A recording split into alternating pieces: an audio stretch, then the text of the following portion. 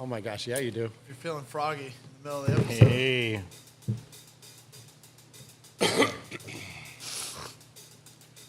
All right, let's see if it's going.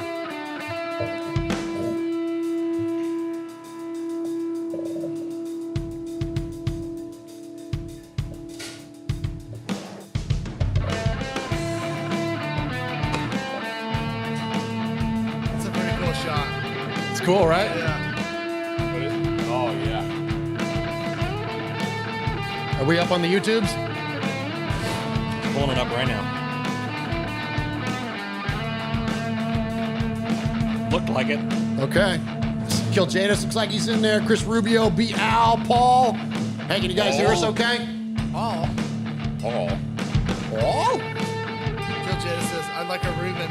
Oh, nice, nice.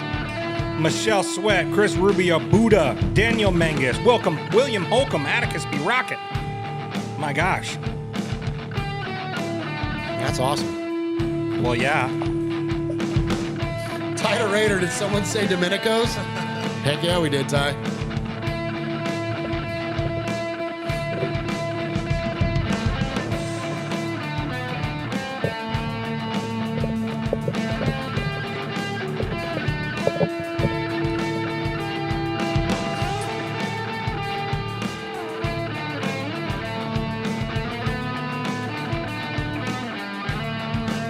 Everybody good in their headphones and everything? Yep. Sounds good to me. Hey, Jeff. Okay. Yes. Oops. Oh, look at that shot right there. Sorry, I got distracted by a plate full of cannoli. Is this iPad going? Yeah, we're good. What You got there, sound buddy? out of it? I don't know. You want me to try something? Yeah, please. All right. Good suspense. It's playing. Oh, there it is. Okay, yep, we got it. After I play just ball got to the crank that NFL one up. Network here. Hey, folks, I know 3 things you might like. Bum, bum, bum, bum, bum. This is me, right? Yes. All right, here we go with episode number, what is this? 259 of Raiders Fan Radio. And guess what? We don't have an intro. Hey! What's up, Raider Nation? What is up, everybody? Appreciate you joining us. We are live from the fantastic Domenico's Italian Deli in downtown Murfreesboro, Tennessee, right here off of the square. And we are so thankful to be here. And we are joined by so many of our good friends. This is basically Swag Jeff. Let me bring to the show my Yes. best friend and yours from my right side. Well, yeah. Swag Jeff, what's up, Swaggo? Well, yeah, man. It's so good to be here. It is so good to be here. Appreciate the hospitality, and we'll get to him in just a moment. But we just filled our belly, and we are ready to roll. Yeah, this is going to be awesome, man. So we are here at Domenico's Italian Deli, which is pretty much the home for Raider Nation in Middle Tennessee. 100%. So if you're coming to town for the Nashville, for the Tennessee Titans versus the Las Vegas Raiders, absolutely make your way to Murfreesboro, Tennessee, and come check out the fantastic Domenico's Italian Deli. And so we're going to get under the proprietor of Domenico's, but first, Today, Junior. let's throw it down to the man that's to your right, from my right, the legendary, the one and only Uncle Mosh. Hey, Uncle Mosh. Hey, so I love the echo in here. Yeah, it it's kinda says to cool. me, it says to me, food. You know, it's filled with food. It's filled with food. We just filled our guts about 14 minutes ago. my gosh, it was so good. It was phenomenal. Oh my gosh. And you made the sandwich. Yeah. You and your yeah. buddy over there. My buddy over here, the guy that happens to just own the joint. Well, Yeah, And that's all. he goes, put some gloves on. Get back here. Let me show you what we're doing. You're working overtime tonight. That's right. So introduce Yeah. the man over there to your right, So Uncle to Mosh. my immediate right, little do you know, I mean, I could go on and on and on about the Alameda High School's champions, record holder, Lanning University, college, MTSU. No, this guy's my boss. Yes. The man let me play in the deli. I get to use the slicing machine. The saw. Nice. I mean, Nice. this is Saw, what it's as Mosh like. calls it, I the call saw. it the saw. Let me go hit the saw. Okay, yeah. nobody else wants to do it. I'm like, yeah. I got wounds. I got holes in my finger from the little thing. yes. I know, it bled all over the mortadella. Oh, no, I'm kidding. Anyway, to my right, the one and only Mr. Jeff Murphy. Yeah. What's up, QB Jeff? QB Jeff. Appreciate you coming down to the deli and doing a live show. Heck yeah, man. This is awesome. We've been So talking glad about to be doing here. it. We've been talking about doing this forever, man. And we finally had a chance to kind of guinea pig the new setup, man. And Give it a test run before Tennessee Titans. and what better why place not? to do it than to right here? So, Oh, there's no better place. hey, tell us a little bit before we get going on all this Raider stuff. And if Raider Nation, hang with us. We got plenty of Raider talk coming up here in just a minute. But before we get to that, tell us about Domenico's. Give us a little brief history of the place, about the original, and then also where we're at here in Murfreesboro. Yeah, so my grandparents started the original in Alameda, California, which is an island right off of Oakland, for those who don't know. So we grew up Raider fans in the Bay Area, and when my grandparents retired, my parents took it over, and so I grew up in the joint in Alameda, shucking peppers, busting tables, doing dishes, all that stuff. So Hearing the crowd from the Oakland Coliseum that's in right. the meantime, right? You literally could hear it. Depending on which way the wind was blowing that way, you could hear the loudspeaker and all that. So just grew up diehard Raider fans, and came out here in 2010 and got a football scholarship to MTSU, and Let's go. meeting my wife.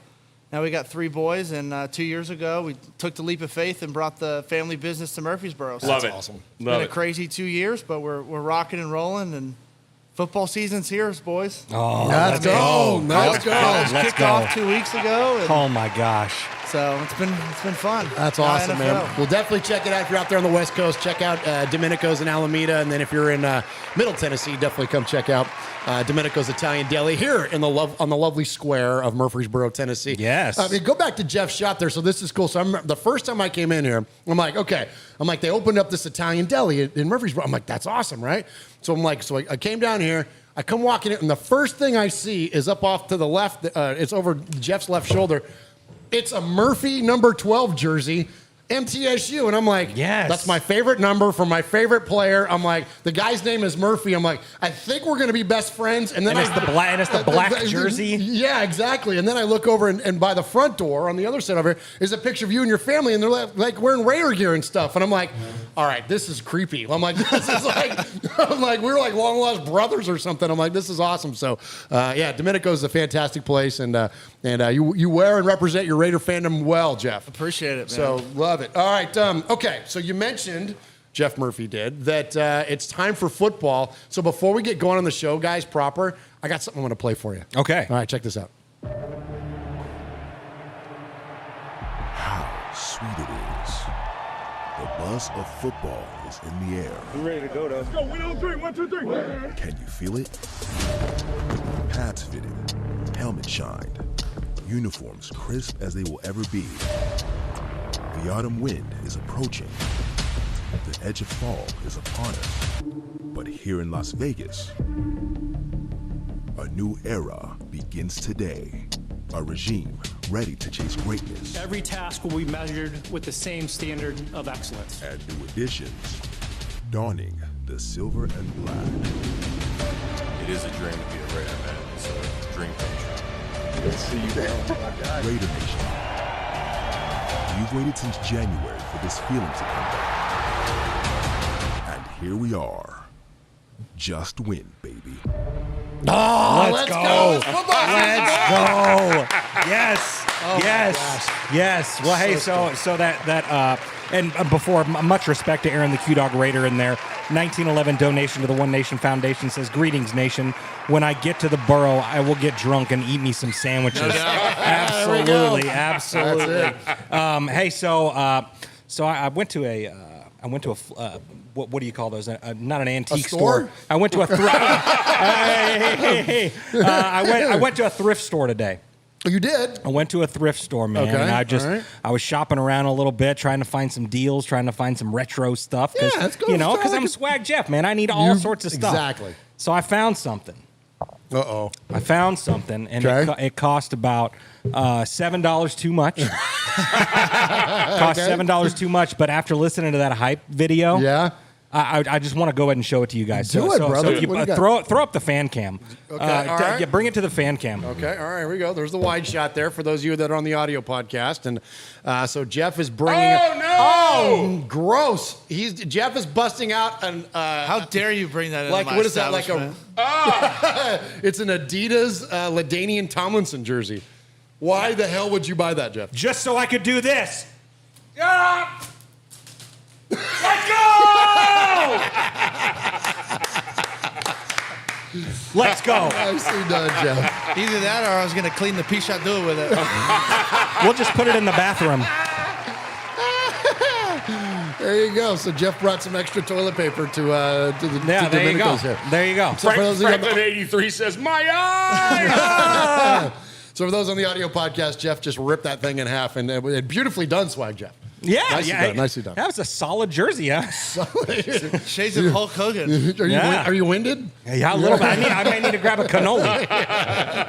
Beautiful plate of cannolis over there sitting. Cannolis. It's cannoli. I got to quit doing it. Cannoli over there sitting in front of Uncle Mosh. All right, so... Sitting very close to Uncle Mosh. So we always take our episode number here at the top of the show here at Raiders Fan Radio. I guess I should do a little housekeeping. Yeah, do First that. off, thank you to those of you that are joining us on the YouTube. Everybody that's in the chat room right there.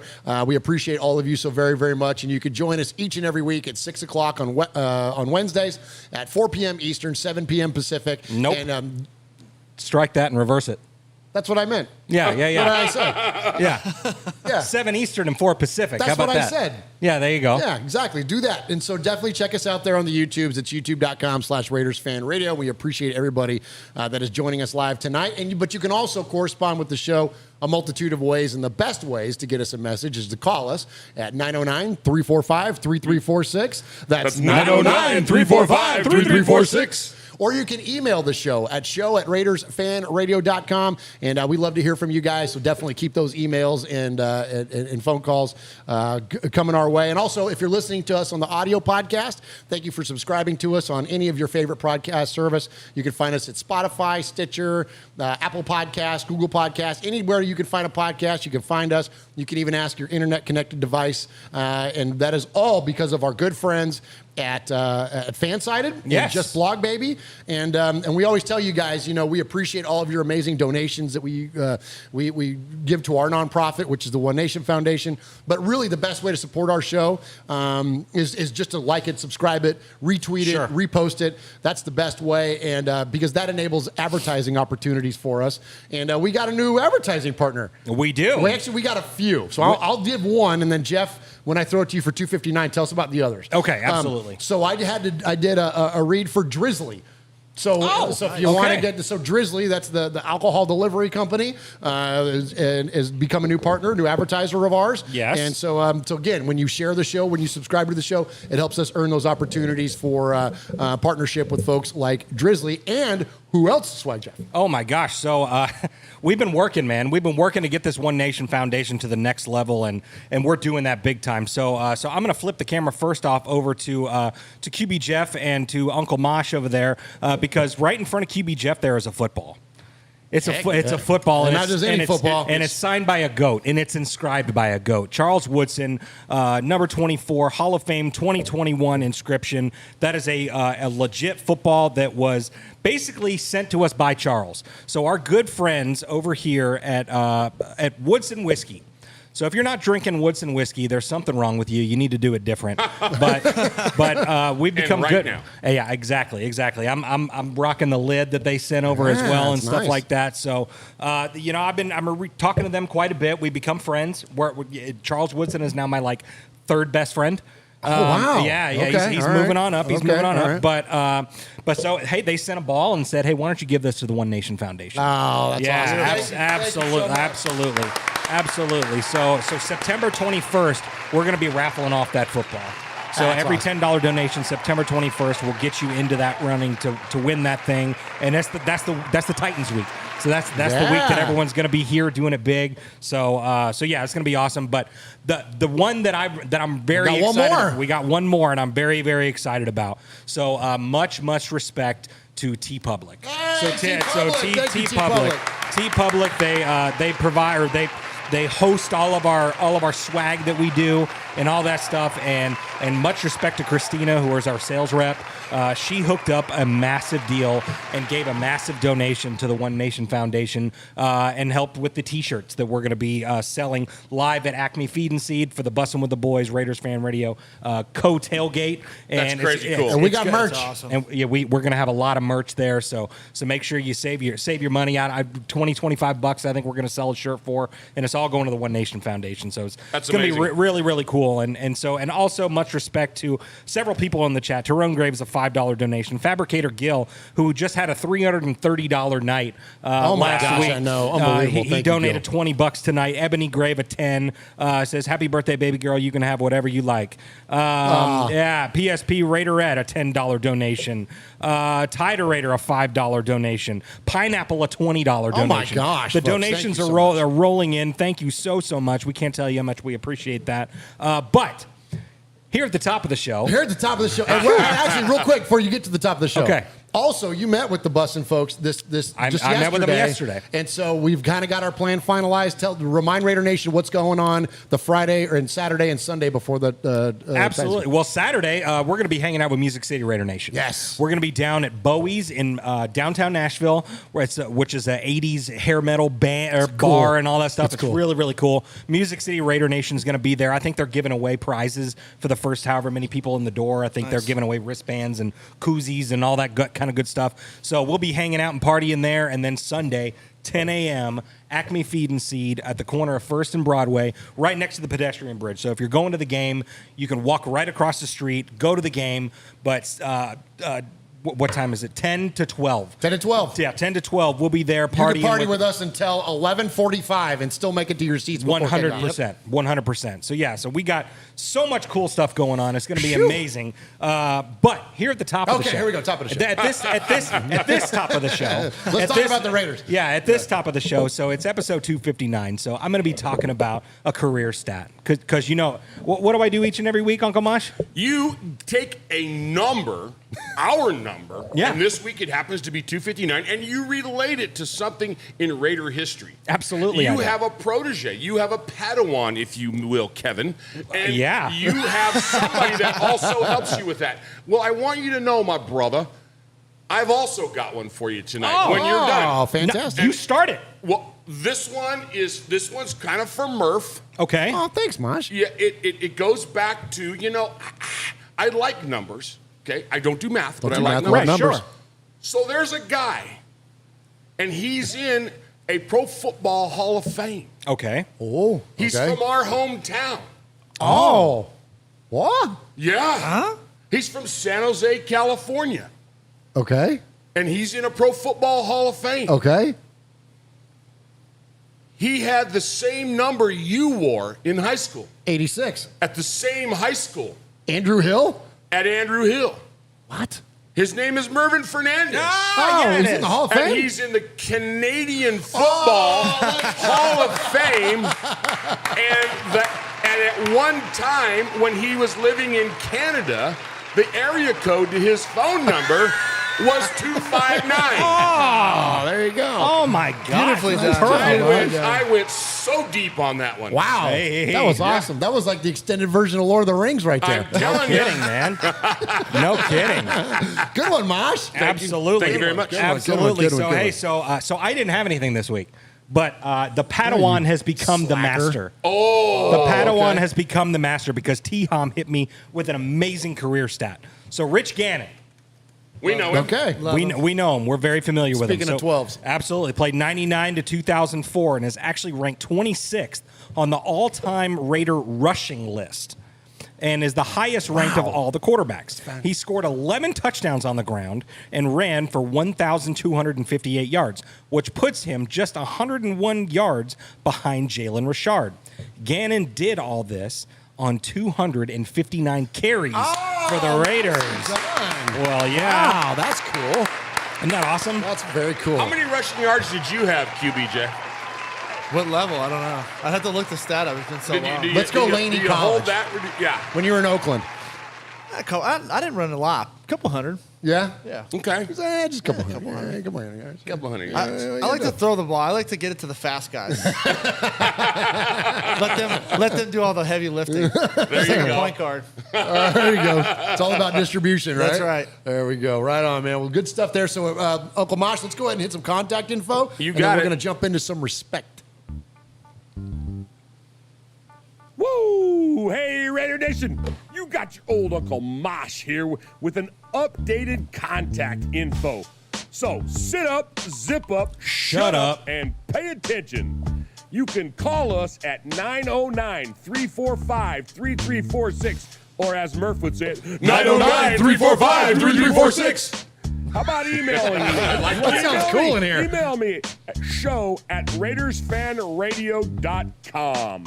Or what about reaching out to us on some of that social media stuff Swaggy likes? Try Facebook at Raiders Fan Radio Podcast. The Twit at Twitter at Raiders Fan Radio. Insta something. Instagram at Raiders Fan Radio. The ticky-ticky-tocky-tock. TikTok at Raiders Fan Radio. This never gets old. Or what about the Twitch? So we had that Twitch in there. Anyway, Twitch at Raiders Fan Radio. Or if you don't like that, go to the YouTube. America, go to the YouTube. YouTube.com/Raiders Fan Radio. Oh my God, if that wasn't enough, go to your podcast provider and search Raiders Fan Radio. Holy crap, that was a lot. Jeff says, yeah, it was. No, I think it was actually the perfect amount this time. Oh, that's nice.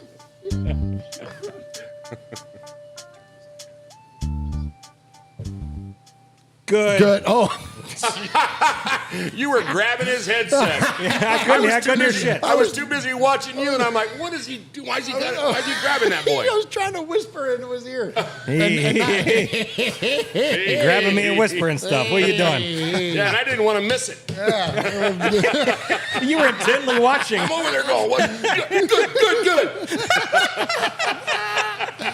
Oh, my gosh.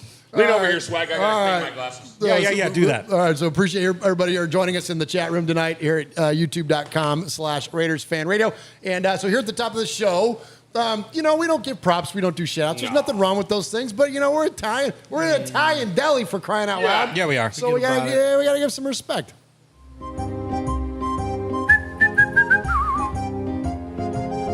Murph, Swaggy J, Nation, it's time for a little respect. Respect ain't bought, it ain't sold, it ain't demanded, it ain't negotiated, it's earned. And without blowing smoke or giving shameless plugs, we want to say salute and much respect to the following folks.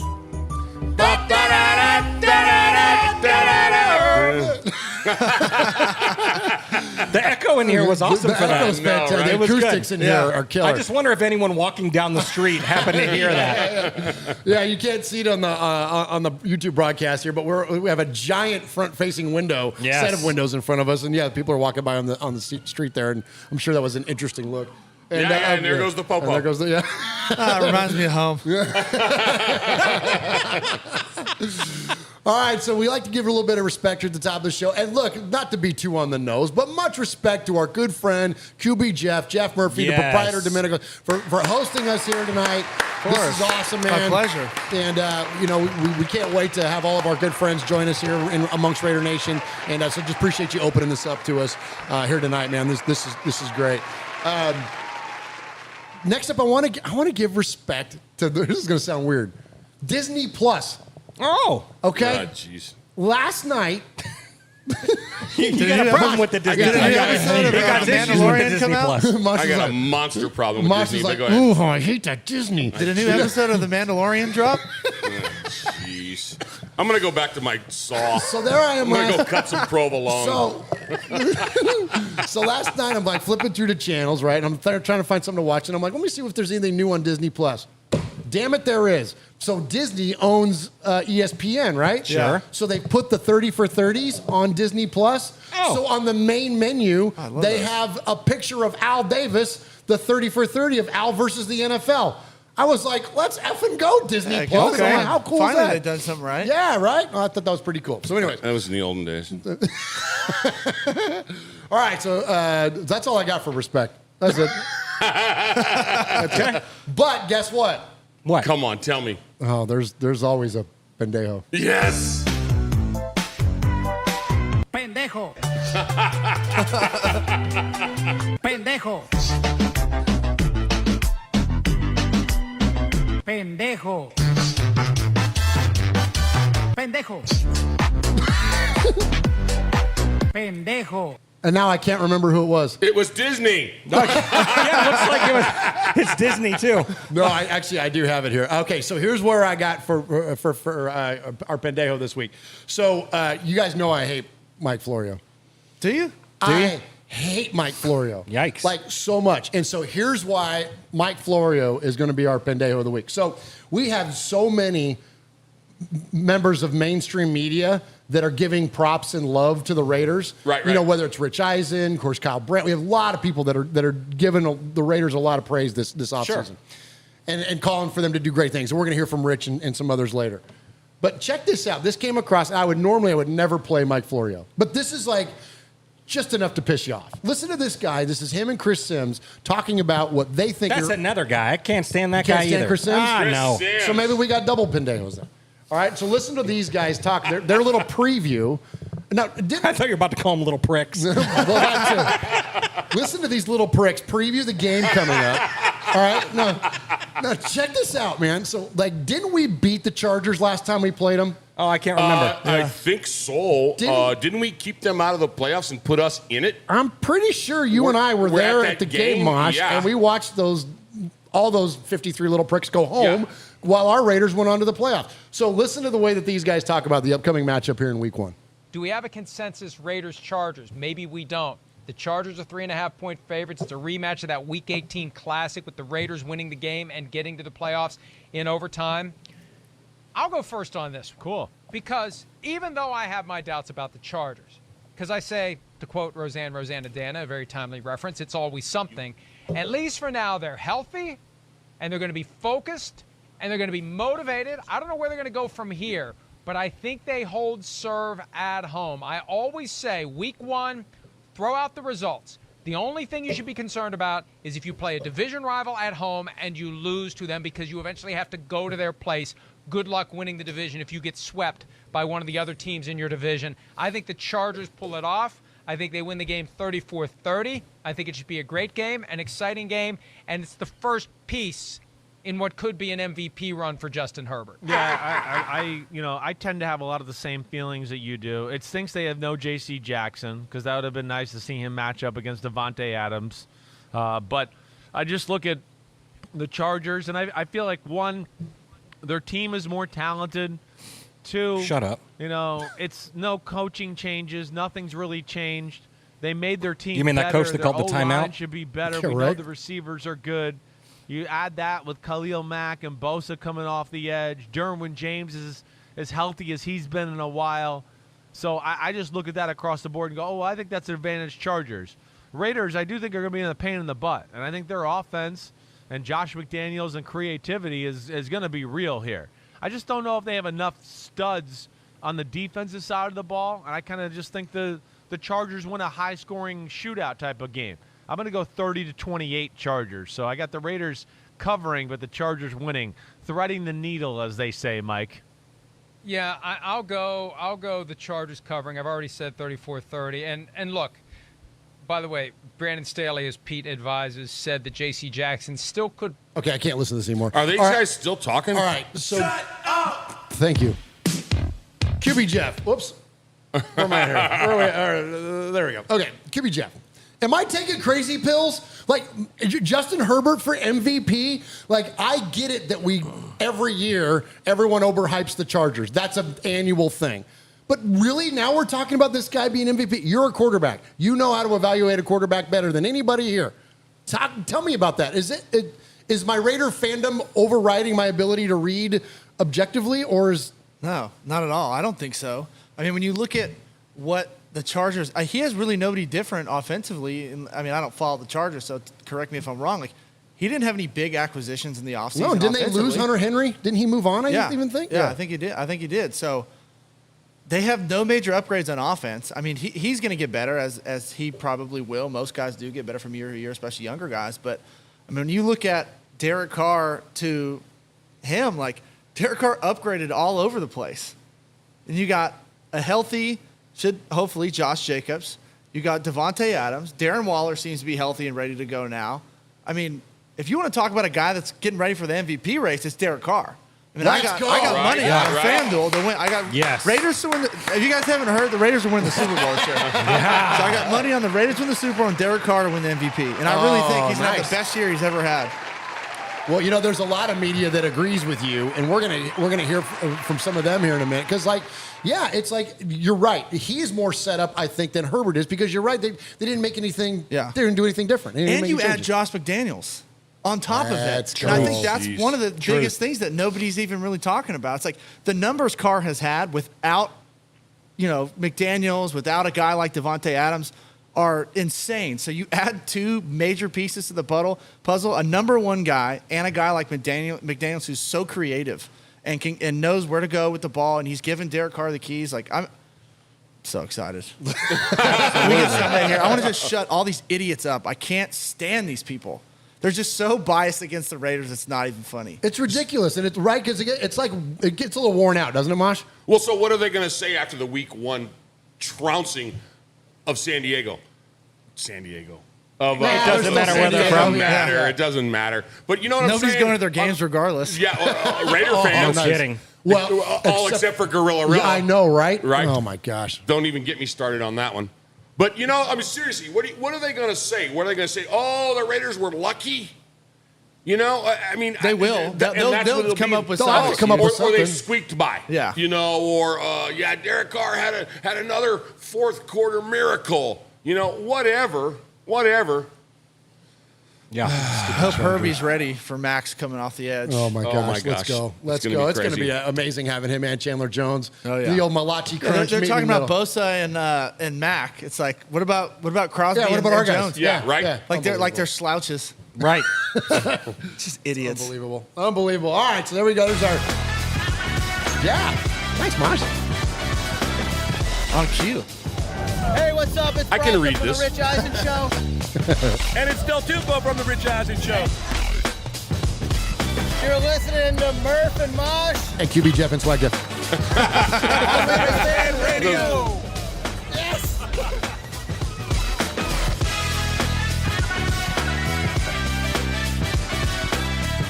All right. Since we played the Rich Eisen clip there, I'm going to go ahead and move the audio for Rich right here to the top of this segment. So this is where we're going to get it. We're going to listen to the media. We're going to check in with what the media has to say about the Raiders. And, some of these are great. Some of these are a little lame. But this one, I always love hearing from our good friend Rich Eisen, good friend of the show, Brockman and Del Tufo, good friends of the show. They listen. Absolutely they do. And so Brockman does the burning questions. What he does is he gives his rundown of the teams in terms of power rankings, 1 to 32, and then he addresses a burning question for each team. And I chose this to play tonight because I think this is a very interesting topic of conversation when he gets to the Raiders. Check this out. Number 12, I'm looking at the Las Vegas Raiders. Look, we know the AFC West is going to be stacked. The offenses are going to be awesome. So in this high-octane division, can they get the stops on defense they need to win tough games? Okay. That's for me. I'm looking at the defense. I got it. I've got a burning question right there just to add to it, but get to number 11 in the meantime. Number 11. Everyone knows how I feel about the Raiders. Absolutely. And then the burning question, the Raiders, you missed it, Chris. I'm sorry to say. Is Rich Eisen correct? That's it. That's the burning question. Are you going to jinx this team? Am I right, is what I'm saying. That's it. Nice. So based on the process of elimination, you have the Chiefs winning the division. I do, actually. Okay. I've come around. Okay. I've come around. Well, we'll get to that for your next 2 days of burning questions. We'll see if the Chiefs are in the 10 through 6 or the 1 through 5. That's your way of looking at the AFC West, huh? So you've got the Raiders finishing third to the Chargers. I've got them winning. Oh, jeez. That's the beautiful thing about this division. You see so many predictions. It's all over the map. I've yet to see. I saw a bunch on Good Morning Football today. Has anyone chosen the Broncos to win it all? Not that I've seen. Because the No one's that question, stupid. I think people are answering the burning question that we came You got up an with uncle. for the Broncos. At least I did. Yours is well, can he have the late season or late career magic Your like brother. Brady and Rodgers? Oh yeah. Your mom's brother. All right, so I want to throw this to you, Swag Jeff. So the burning question there, which is really the reason I wanted to play that. Sure. Can the defense get the stop? When we traded Khalil Mack, we traded our closer on defense. That's the guy that got you the big stop on third down. That's the guy that got you that picked off Cam Newton and ran it into the end zone to clinch the win for the Raiders against the Panthers. Like we have lacked that closer. Casey Hayward was a little bit of a closer for us, but of course he's not there. But that concept, do we have enough horsepower now on defense? Do we have the playmakers to close out games when needed and not twist freaking Ryan Fitzpatrick's head off and allow 50-yard completions downfield? Yeah, for sure. You got Deron Harmon, who's known for the turnover. You got Anthony Herbert, who's no slouch either. Yeah. So I mean, it stung to lose a guy like Casey Hayward, sure. But then you add a guy like Chandler Jones on the other side right there. Those are your two closers this year. I mean, and Yannick was no slouch. He did great for us last year and all that too. But Chandler Jones is just in another league. Yes. I mean, that's a major upgrade. And so yes, I mean those. I mean, I think Chandler Jones, and we've seen him do it tons of times. He's the closer. He'll force the sack fumble and all that stuff. Well, so Chandler Jones, speaking of him, had 5 sacks against the Tennessee Titans. Against the Tennessee Titans when the Cardinals played against the Titans last year. And so, of course, now the Raiders are then going to come here to Tennessee to take on the Tennessee Titans, who it just happens to be your bread guy who's delivering. Yeah, he's the man that makes it all work. That's the bread man, Tyler. The bread man is on his way in. He's actually wearing a Titans hat. And so, Tyler, the bread man, how do you feel about Chandler Jones and this 5 sacks he had against Ryan Tannehill last year? Here we go. Oh, I thought he was leaving. I thought he was leaving. After that question, he might want to. Let's see if we can get him in the shot here. What? Pass is the pass, Tyler. Tyler, come on. I think that's the Titans. Come on in here, Tyler. Come here, Tyler. Come walk around this Bring way. your Titans hat and your fandom in here, and let's talk a little bit of let's talk a little Titans. Come around this way. Watch those cables. Come around behind us. Yeah, there you go. Yeah. Go ahead, Tyler. Introduce yourself to YouTube and our tens and tens of listeners. This is the man right here. He's the guy that makes it all work. Let me tell you. What's up, Tyler? What's up, buddy? Hey, how do you feel about your Titans versus the fabulous Las Vegas Raiders? I'm looking forward to it. You're looking forward to it? I think you guys are head and shoulders better than last year.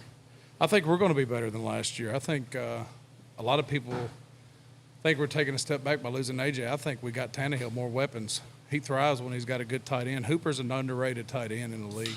People forget what he did with Matt Ryan in Atlanta, Yeah. So I'm looking forward to seeing how Devontae and Derek gel. I'm a fan of both of theirs. Okay. Of course, you got a Bama back. I don't feel like he gets used a lot, but, He's a big Bama fan, too. Oh, okay. All right. So I think I love the Raiders. I mean, I'm a Titans fan, but I love the Raiders. Hey, good deal. Much respect. Right on, Good dude. deal. So how about that? So Chandler Jones going up against the boy Taylor Lewan, man. We're going to see Listen. another 5-sack performance? I think Taylor's a lot healthier this year than what he was coming Okay. back last year. I mean, it's going to be a great matchup. I mean, I don't think Chandler's going to rock him for 5 sacks this year. But Now, Max staying will off do of that. social media, too, so he seems a little more locked in. He's locked in. I'll give him that. I went to training camp, sat and talked with him. He's locked in. He's laser focused. Okay. He knows he got his butt kicked all last year.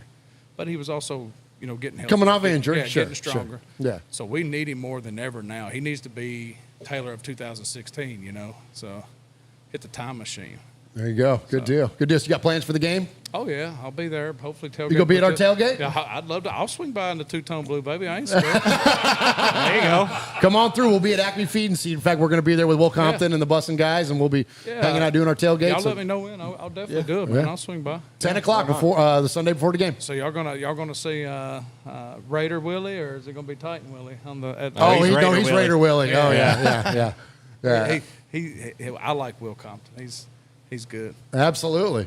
Absolutely. What y'all? But before I get off here, what y'all's prediction of what y'all are going to do this year? 20-0 and win the Super Bowl. All right. There you go. I mean, have you not heard? The Raiders are winning the Super Bowl this year. Hey, listen. I think y'all were gonna be on a tear this year. Y'all were gonna be tough. I think y'all were gonna win that division for sure. Yeah. Yeah, I really do. Everybody's drinking the Charger Kool-Aid, but I think the Raiders. I told you, I only mess with the top-notch cats. I was going to say, my guy, he brings the good bread and he's got the good football opinions. He's a Southern Italian. He's good. All right. Right on. Good well, deal. I appreciate y'all letting me stop by. Yeah, I'm man. gonna get back to the bread. All right. He's a working man. Yeah. All right, let's give it up for Tyler, the bread guy. Hey, there you go.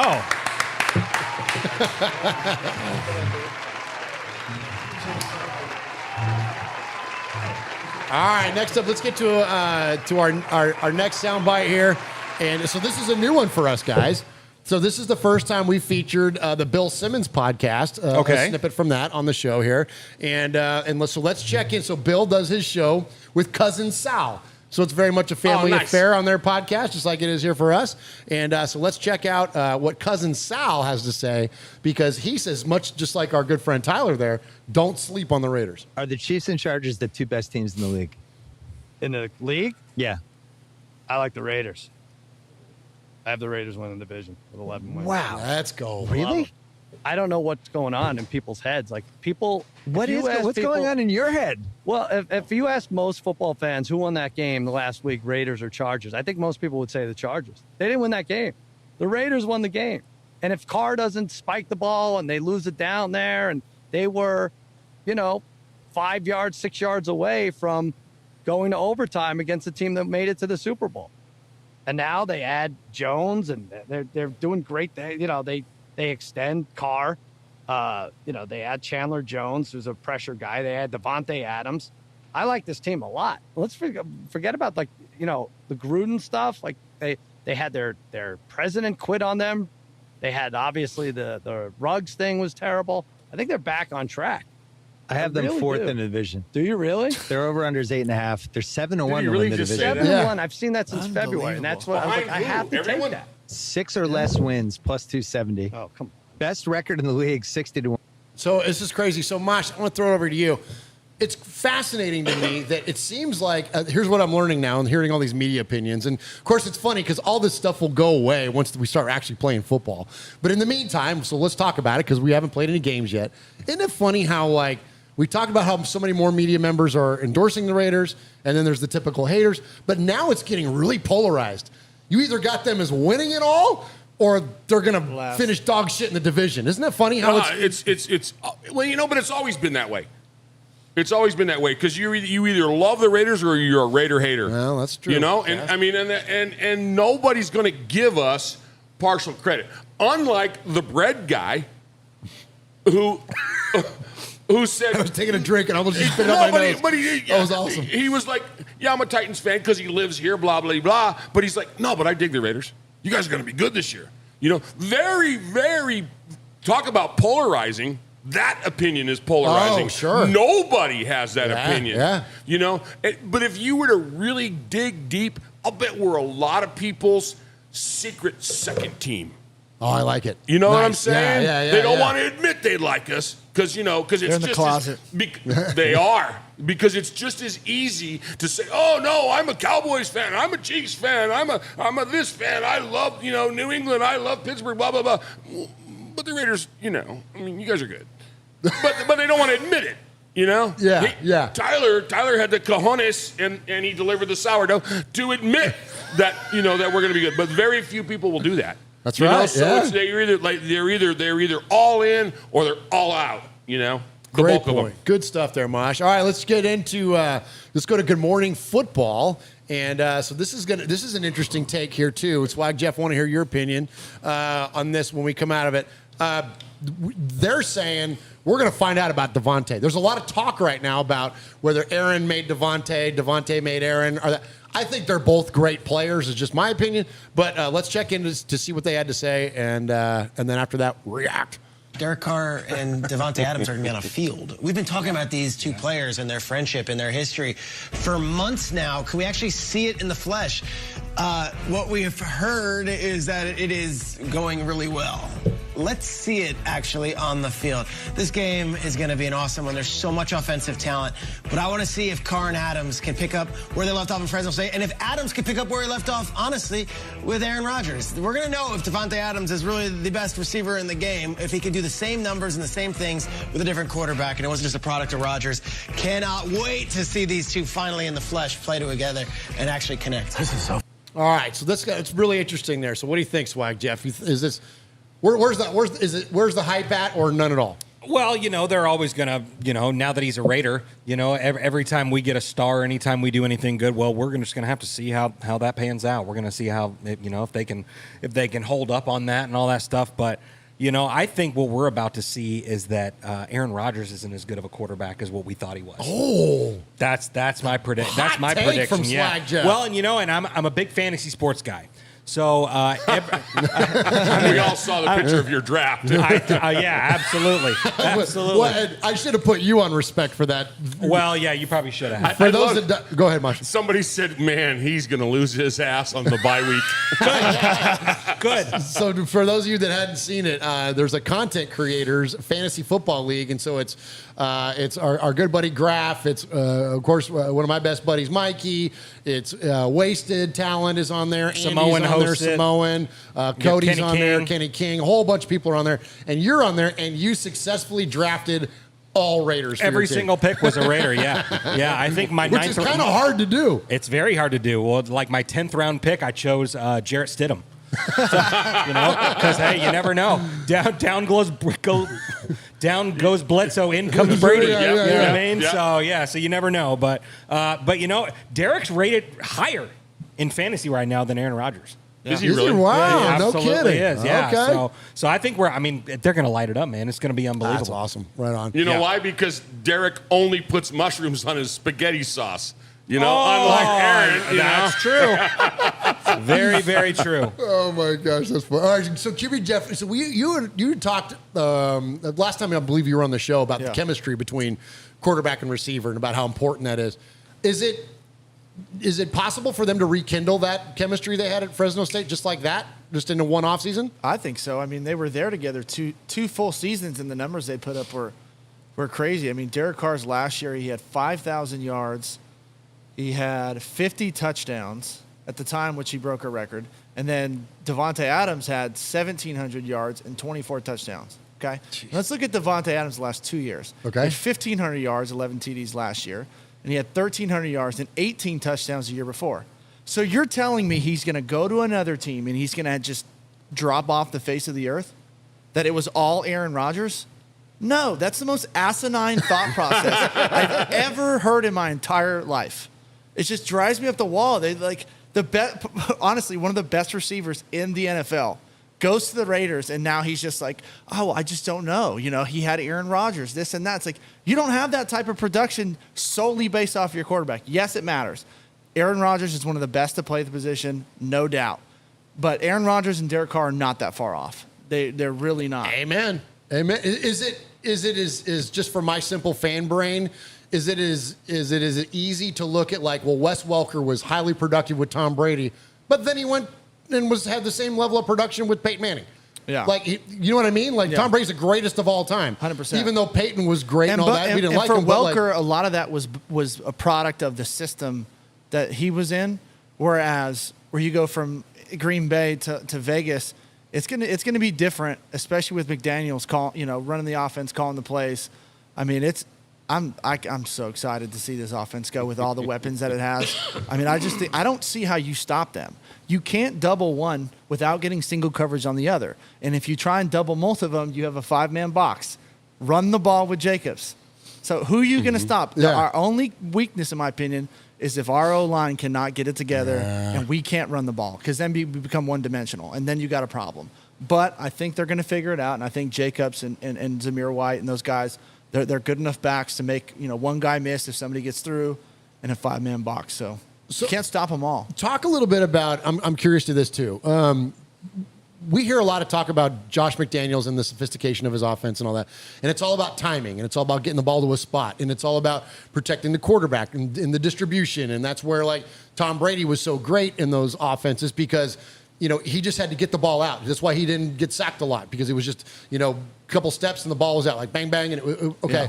Where Devontae and Aaron, from what I hear and the way I understand it, it was a little more creative. It was a little more, in the dirt, calling plays kind of a thing with those guys in the chemistry. I think that he and Derek have that as well, if not better than what he had with Aaron. But my point of my question, though, is that can Devontae and Derek find that freedom that Aaron and Devontae had within this really structured, kind of rigid type offense? Yeah, I think they got the chemistry. I feel like I read an article where they've been working out in the offseason together for years. For years, yeah. So, it's not like they weren't throwing together. And, he had all the offseason since Devontae got signed. Like, I think chemistry-wise, they're going to be fine. Okay. They're so much better than when they were at Fresno together. Both more mature. Both have seen every type of coverage you can see. So, and that's the beautiful thing about McDaniels' offense. And I know everybody as a Raider fan hates Brady, but I'm a quarterback lover, and the guy is the smartest player to ever play, in my opinion. He knows what you are in before you line up. And every once in a while, he gets it wrong, but he's so successful because he knows if you're bringing pressure, he's going to get it out quick. He knows if you're not getting pressure, he can sit back there, and now I can go first read to second read to third read, and if I get to my fourth, you're not going to, rarely you're going to cover all four. Right, yeah. And Derek Carr's just as smart as Brady is. He's just as smart as Rodgers is, and he's got more weapons than either one of them had ever, and maybe the year that Brady had Randy Moss and those cats. But other than that, spread out, you have Waller, Renfro, Adams, Jacobs, Foster Moreau's a dog. Matt Collins. Yeah. Who are you going to cover? You cannot cover all five guys. Absolutely. So, and then does the improvisation does it pick up? When you mentioned that Derek might have that time to sit back there and go through his reads, if then the pressure does start to build and he extends the pocket, which he does so well, and frankly, I didn't think he did enough under Gruden's offense because he's so good on the run. Mosh and I talked about it a lot. I'll never forget that game against Kansas City when he hits Michael Crabtree in the front corner of the end zone. He's running against his body and throws it to, I couldn't go out in the backyard and do that and throw it to a fence post, let alone a moving Michael Crabtree to the corner of the end zone. It's a brilliant throw when he's on the move. So is that maybe then where the improvisation comes in? It's like you go through your read, so the structured part of the offense, and then if the play breaks down, then it's just the Derek and Devontae show. Yeah, it's either you get through them all and they're not there, which honestly very rarely happens. Most of the time is when you get pressure and you have to move. That's when the improvisation happens. So, that's the thing. Can the offensive line hold up against some of these bookends, that you have? Yeah, right, because we got some good pass rushers. If you get some one-on-ones coming off the edge, it's going to be a difficult, task for those guys to handle it. Sorry, we had some customers that were trying to get in the door. Pulling on the door. But yeah, so if those tackles can hold up and Jacobs can get a chip on one of them, then we'll see. But if he's got to get out of the pocket, make something happen, you got a number of guys that should be running towards you, one going deep, one coming to you, one coming across all the time. Oh, there you go. Nice. Well, and I love what you said there, QB Jeff, about them practicing for years and years. I think they've worked out that improvisation stuff. I think they worked that out years ago. Yeah. They're just out in backyards and stuff okay, hey, go do this. Let me see where I can hit you and all that stuff. And Derek is so precise. So I've rewatched the Charger Raider game 3 times this past weekend. And that 3rd and 8 throw that Derek Carr did in overtime across his body and hit Zay Jones. Yeah. And he did that with Zay freaking Jones, okay? Which he's no slouch, He's first guy in, last guy out. He's he was at the practice squad or at the practice facility so early. It's unbelievable. But we did that with Zay. Yeah. Now we got Tay. Yeah, good call. We went from Zay to Tay, and it's gonna be nice. You know what I mean? It's night and day. Nice.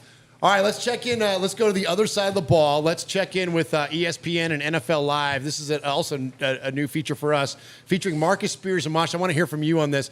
He's talking about the defense, about how, we talk so much about this offense and how dynamic it is going to be and how high-powered. And he's saying if the Raiders' defense gets hot, it could be ball game for the rest of the league. Don't let the Las Vegas Raiders defense get hot with new defensive coordinator Patrick Graham. This offense is going to be hell on wheels, y'all. You got to determine who you're going to cover on that side of the ball.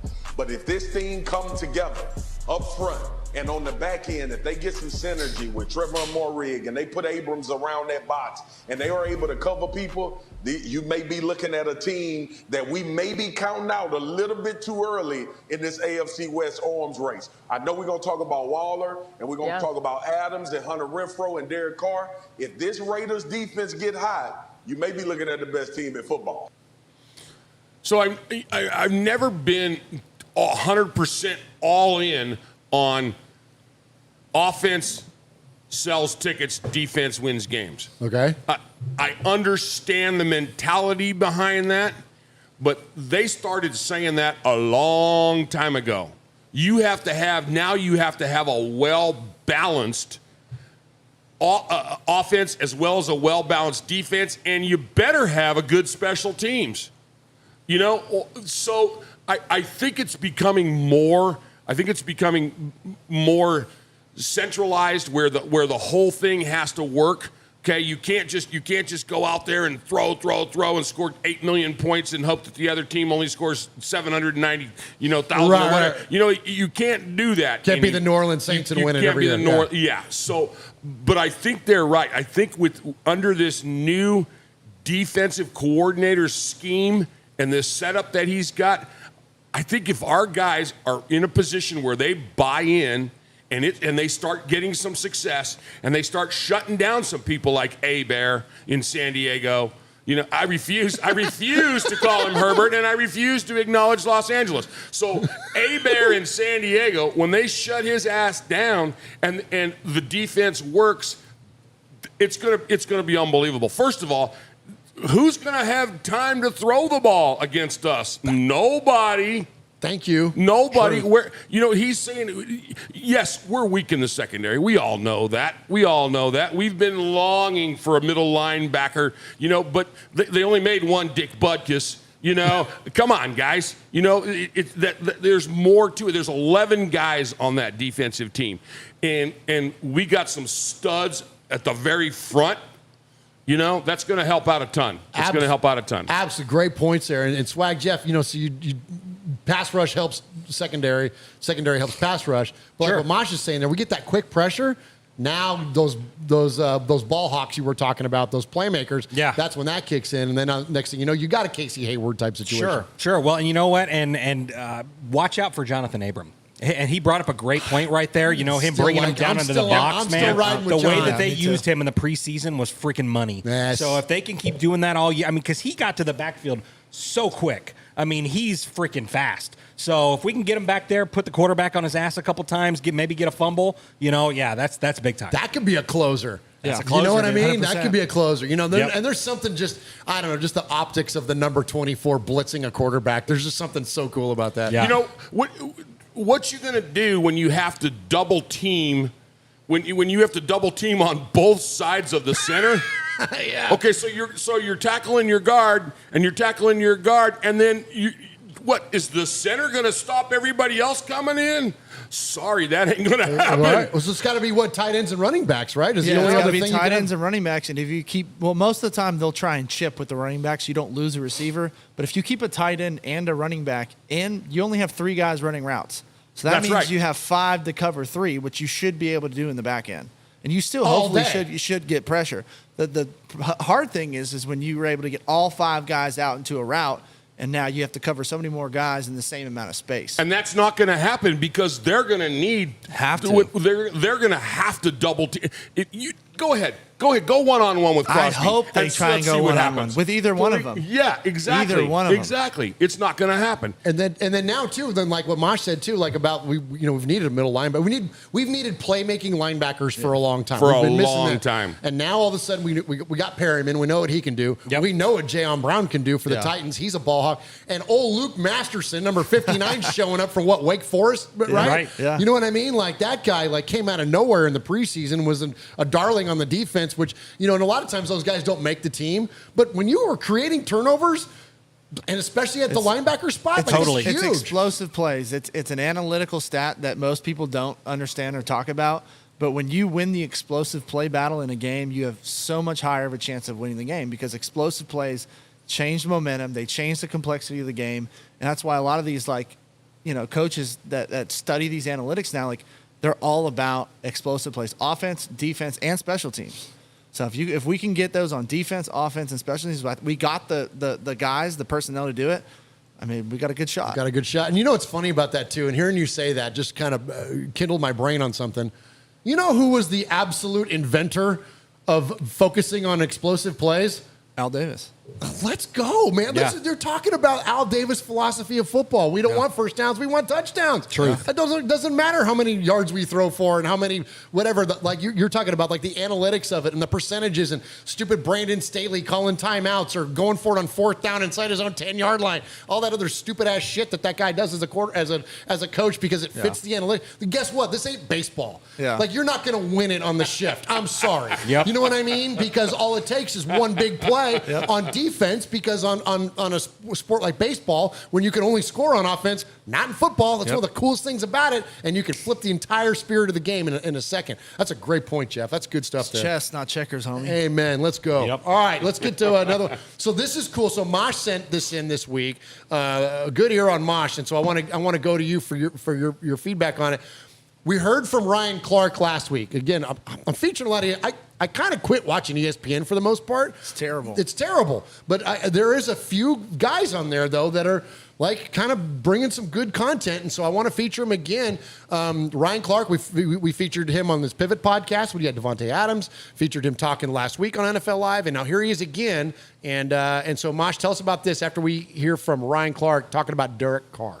No, it's all these other guys, the Tom Brady's, the Aaron Rodgers, but I'm looking for Derek Carr to have the 2007 breakout season we saw from Tom Brady when he got Randy Moss. You're going to have Darren Waller, you're going to have Hunter Renfrow, and obviously now Devontae Adams on the outside. I think this is a year where he improves greatly on his 32 touchdowns that he threw in 2015. This is a guy that's going to be mid-40s come February.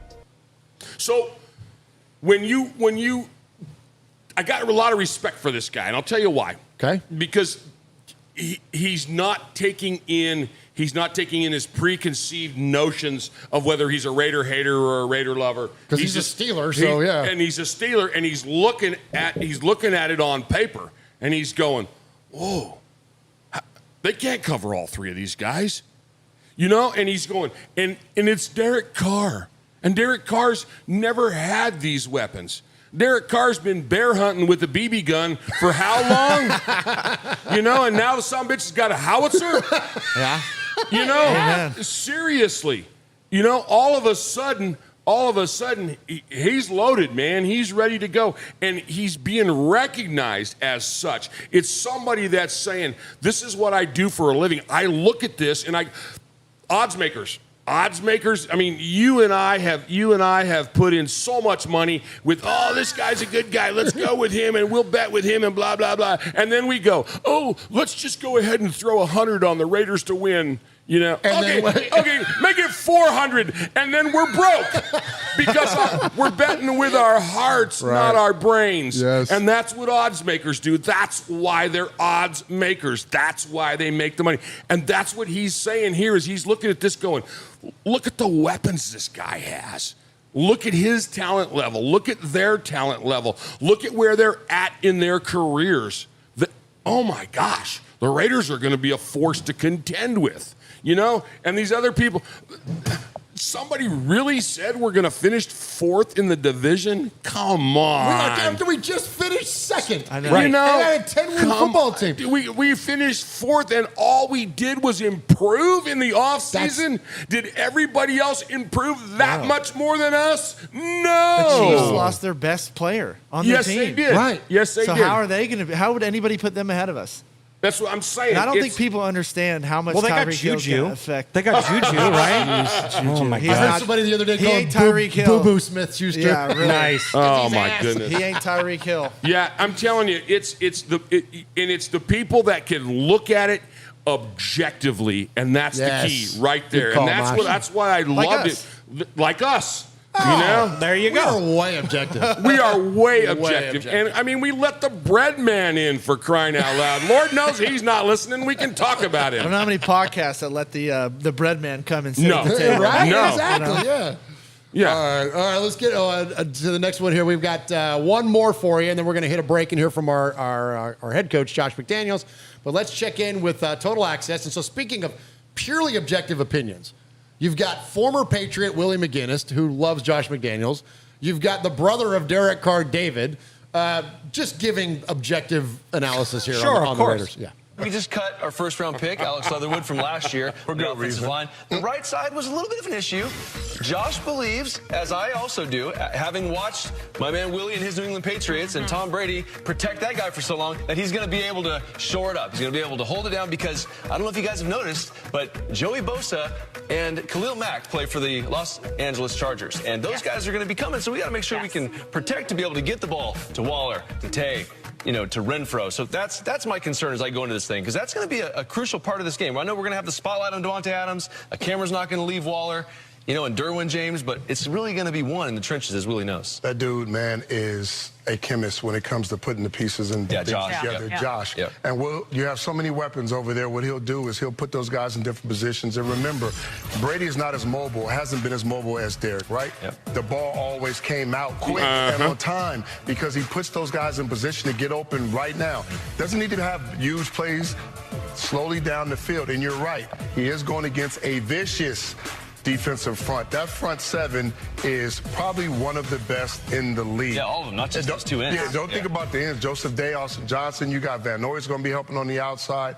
You got guys up front that can win one-on-one and that demands one-on-one. So I'm just going to say that Josh is used to going against these type of defenses. He'll have something up his sleeve. Josh, but you also got to run the ball. Got to have some balance. Sure. Yep. All right, so Swag Jeff, we've talked a lot about all these different improvements that we've made on the offensive and defensive side of the ball. Are we not talking enough about Josh McDaniels and what impact he's going to have to this offense? Yeah, it's crazy when you have a team that's gotten so much better and has all these different things, and we forget about the offensive mastermind that we brought in before anybody else, bringing in Josh McDaniels. It's, we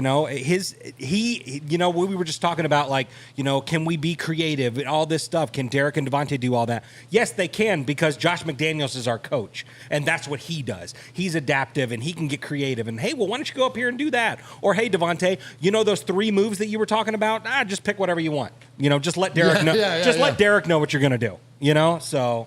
Jeff, did you ever have a situation where you had a change in coordinators or coach or anything like that, where you went from you felt like you were restricted or maybe wasn't taking full advantage of your talents or anything like that, where then there's just one change, just one philosophy move, and it was and you just felt like you could just breathe and really take advantage of that person's talents and play calling and whatnot? Yeah, I think you're definitely the change in system is going to be good. I think the biggest thing is McDaniels is a master of matchups. He is going to get the best matchup possible for that particular player, and he's got the best personnel to get multiple great matchups on every play.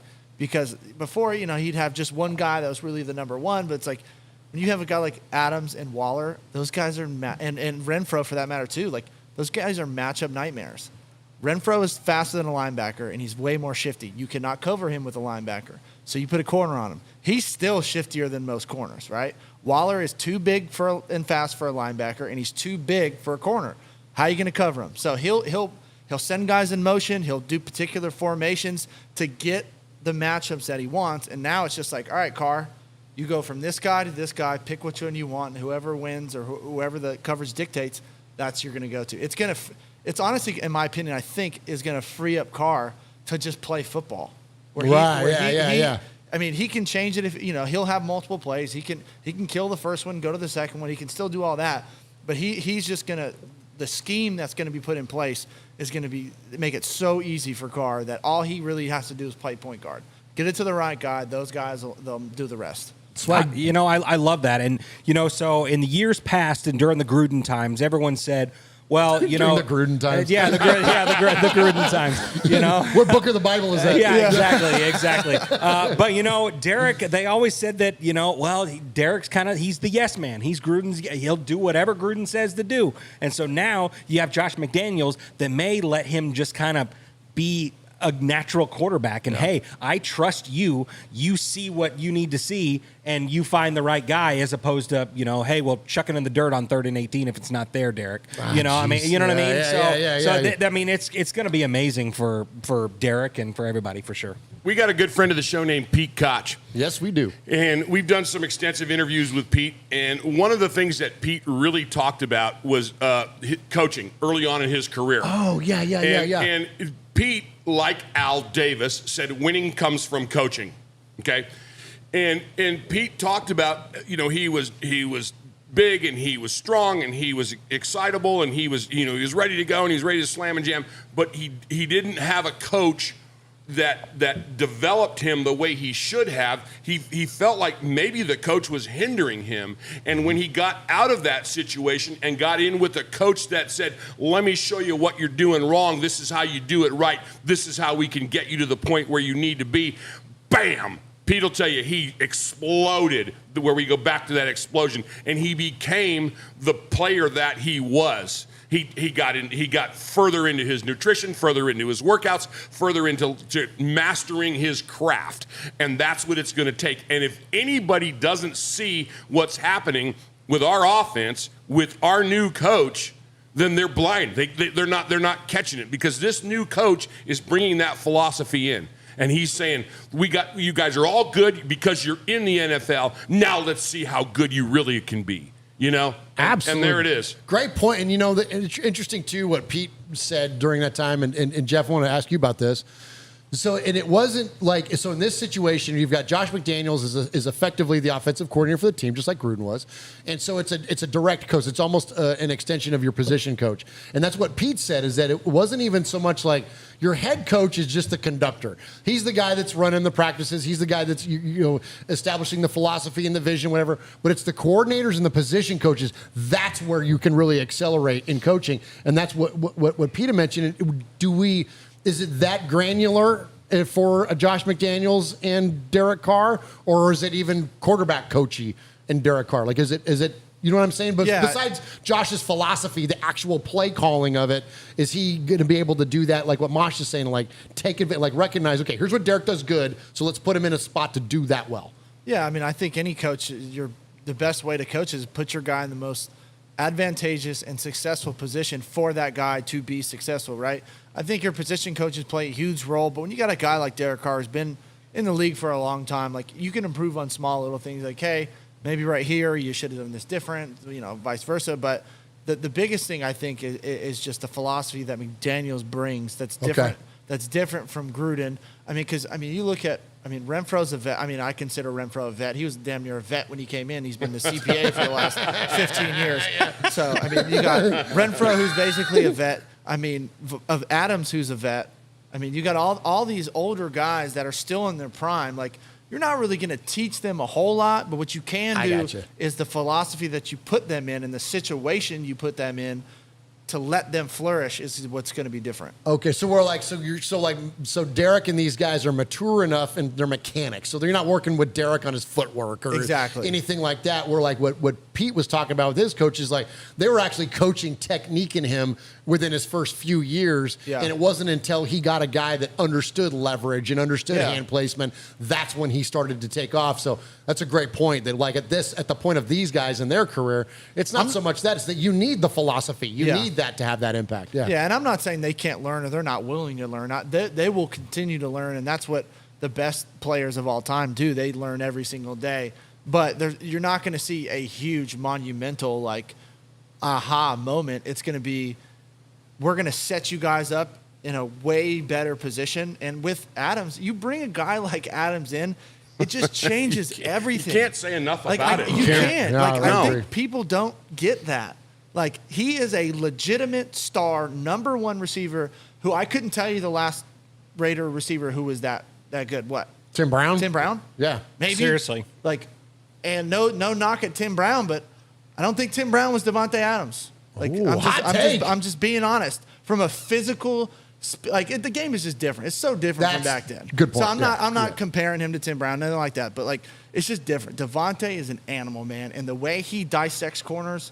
I don't know if you guys saw that interview with him where he was like, I got 3 moves. And if you go A, I go B, and on the second step, if you go B, I'm going to A. That's not a lot of guys do that, and a lot of guys don't have the ability to do that. So double them, or else you're going to get screwed. Let's go. All right, Swag Jeff, go ahead and shout out the chat room, not the bots. Yeah, what is going on? Yeah, there's a lot of them. There's a lot of bots going on in the chat room, but shout out the chat room, and then let's go ahead and hit a break and jump into some Josh McDaniels press conference. Absolutely. We got T3 Sports Guy, Mojo's in there, Ron the Materator who's working overtime, Fabricator Gil, PSP Raiderette's in there, Paul is in there, Paul? William Holcomb's in there, Ty Davis is in there, Lee B's in there, Mr. Bjorkman's in there, Kill Jadis, Michelle Sweat, Super Deuce. Man, we're all here. Did y'all see what Ron said? What did he say? He said, man, I'm busier than Phillip Rivers tonight. Oh, nice. Nice. There we go. This one's for you, Rilla. This is Kevin, the Raider Nerd, live at the Oakland Raiders tailgate. Raiders! We got Gorilla Rilla. Say hi to Uncle Mosh and Murph. I love you guys. Much love from the black hole, baby. Just win.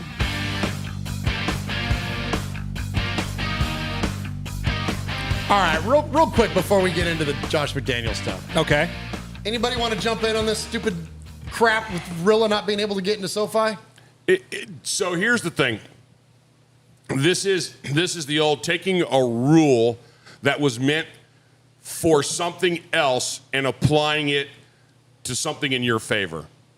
Okay? So obviously when you make rules, it's because somebody did something stupid.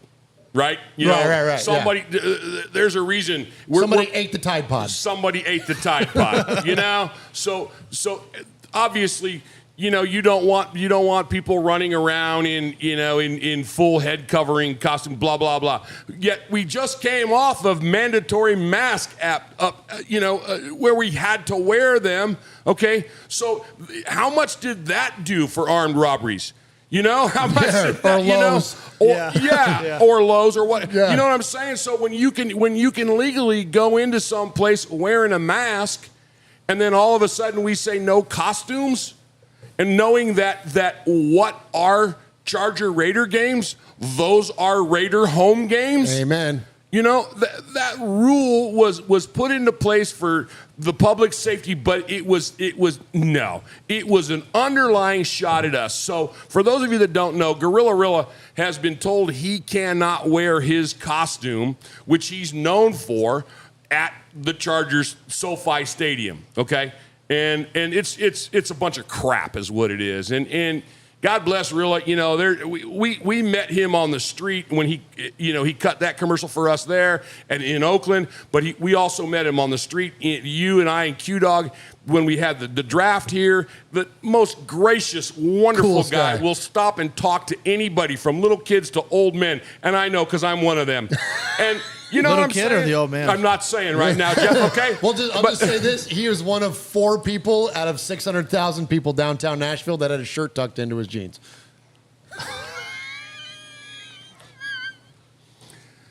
I respect it.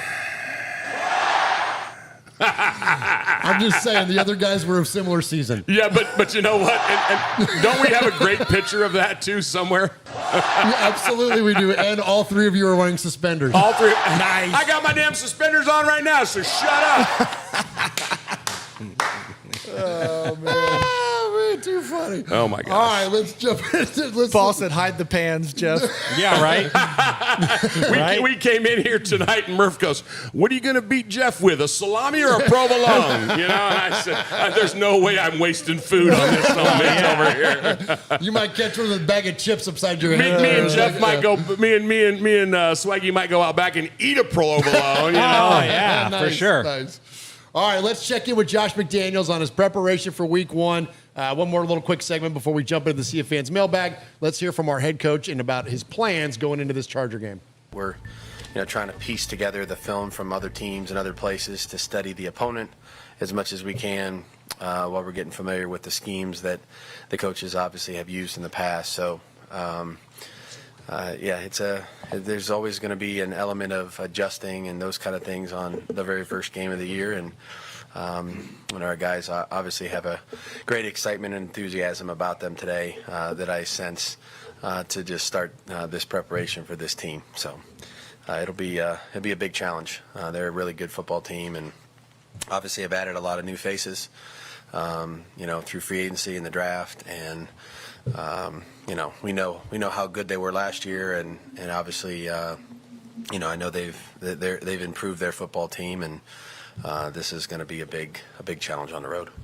Along the lines, going into a first game from your experience, how much do you rely on what happened in years past as opposed to what might come? And what's the expediency that you guys can move off whatever the game plan might have been coming in based on what they did before to adjust for something that maybe you didn't anticipate? I think you have to go in, feeling comfortable about what you're going to do. The best you can do is give your players an opportunity to an educated opinion on what we might see. We've seen some film from the preseason. It's not extensive in terms of scheme. It's not extensive in terms of players playing with one another.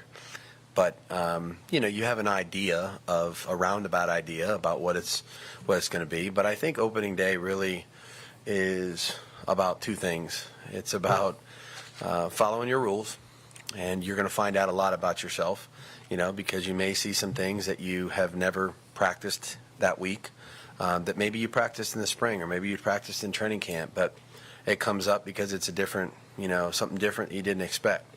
And then it's really about, adjusting, if you need to, which there's probably been very few opening days that I've been a part of where that hasn't been a necessity to some degree. It doesn't have to be a huge swing in one direction or the other, but if you're seeing something that for the first time, you may need to go over there and have a conversation about how we handle it on defense or special teams or offense, whatever it may be, and then make a subtle adjustment, and try to keep playing. But most of us are going to go out there and try to do what we know how to do, and kind of let the game come to us a little bit.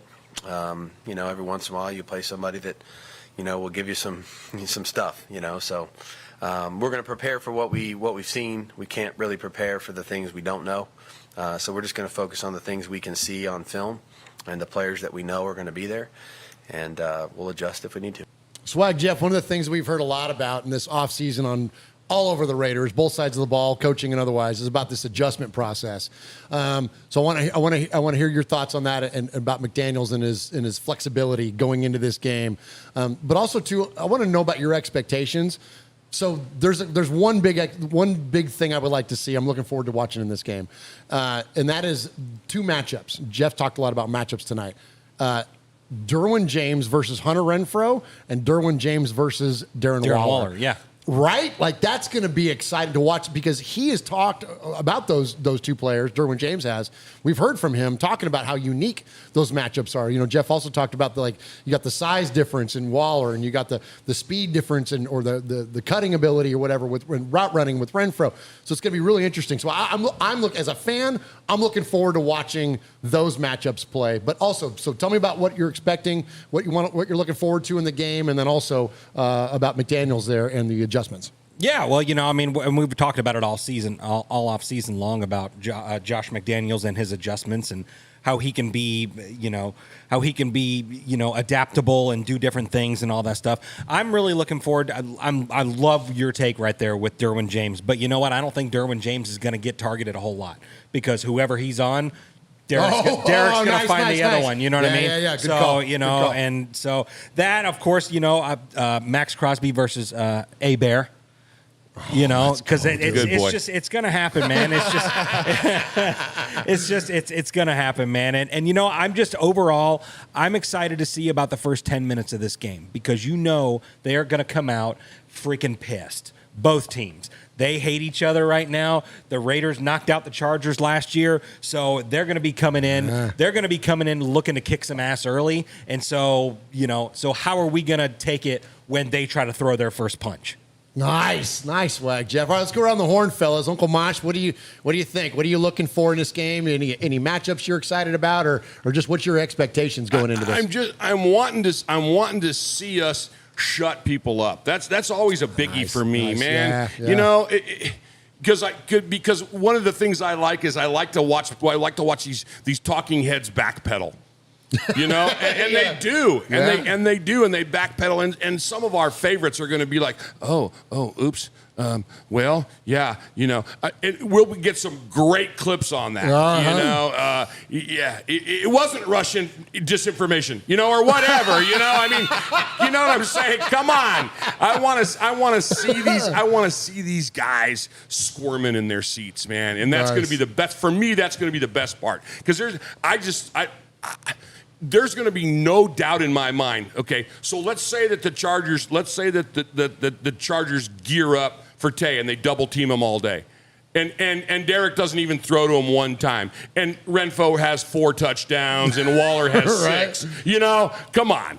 It's going to be great. It's going to be great. I love that. Do you think these guys are at a point in their career, Jeff, where, you know, like, because, you know, you talk about the numbers that Davante Adams puts up. They're ridiculous. Yeah. You know, but he's not a selfish guy, right? Yeah. Like, so if he does have a day where Renfro or Waller has the big day, but the Raiders win, like, he doesn't care, right? I mean, these guys, they got their money. They got paid. Other than Waller, right? He's still searching for his payday. Interesting, yeah. But, I mean, Davante's paid, Derek's paid. Like, these guys won a Super Bowl. However they can get it, want to get it, that's what they're worried about. They're not worried about if I have 2 touchdowns, 100 yards, like whatever. In my opinion, they are locked in, ready to go. They want to win a Super Bowl, as should everybody on that team. That should be the number one goal.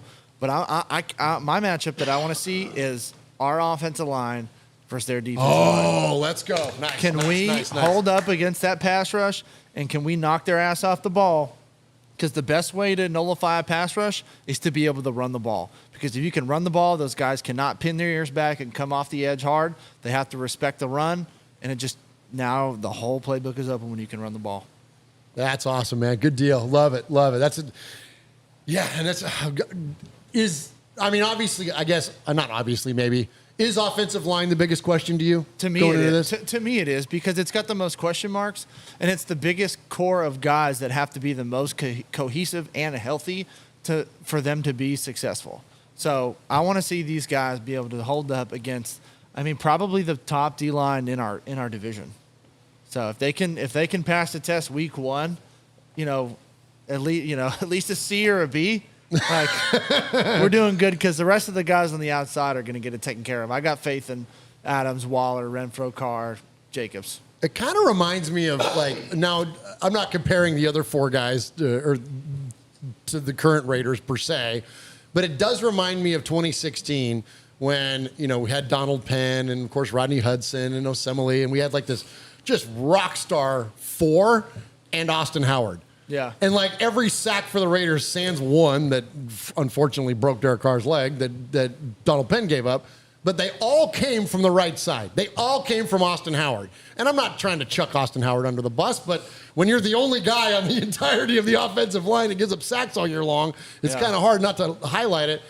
Are we that close, or are we even further out than that? Do you feel like the 4, because, Illuminor maybe could be, solid for us with Munford backing him up a 7th-round pick. You hate to think that, but they're both playing pretty good, at least to this point. And then the rest of the 4 guys. So who else we got? We've got Simpson, we got Parham who's going to be mixing it up, and then of course Andre James and Colton Miller. Like, are those 4 strong enough to make up for a deficiency in one spot like we did in 2016? I think so, and I think also. I know McDaniels knows at this point where the weaknesses are, so he's going to help a guy out in protection scheme-wise to not, at the very most, not put a guy on an island when he absolutely doesn't have to be, if that makes sense. So, like, at some point, he's going to have to go one-on-one with one of their top guys, but I would say more times than not, he's going to get help, whoever that weak link may be, and hopefully McDaniels knows who that guy is, but that's just my biggest question. Can they gel and figure it out, and with the scheme, help those guys out to the best of their ability? Let me just throw this in there. Please. Who does he go against every day in practice? That's a good point. Nice, That's a good point. Come on. Who we've been talking about on our defense every single day in practice. And if these guys on the defense who are mixing it up and tearing it up and going, you don't think they're going to these offensive guys and going, look, this is how I got by you. This is what I did to get in there. The only you know? thing I'll say to that is Brandon Parker went up against those same guys last year, and he got his fucking lunch ate every single day. Yes. So you might be getting worked in practice and then go to the game and get worked as well. But hopefully we got that fixed. Yeah, but if you're not good enough to make the adjustments, then But he played. Parker played like the whole yeah, season last year. Love it. And he was the guy that was constantly giving up sacks. Sorry, I got the F-bomb from my sister. It's her fault. Yeah. Hey, this is your place, man. You say whatever the hell you want. I was just gonna say, you say whatever you want, man. Too funny. He is fading, looking. He's under the gun. He's flat, he's thrown. It is.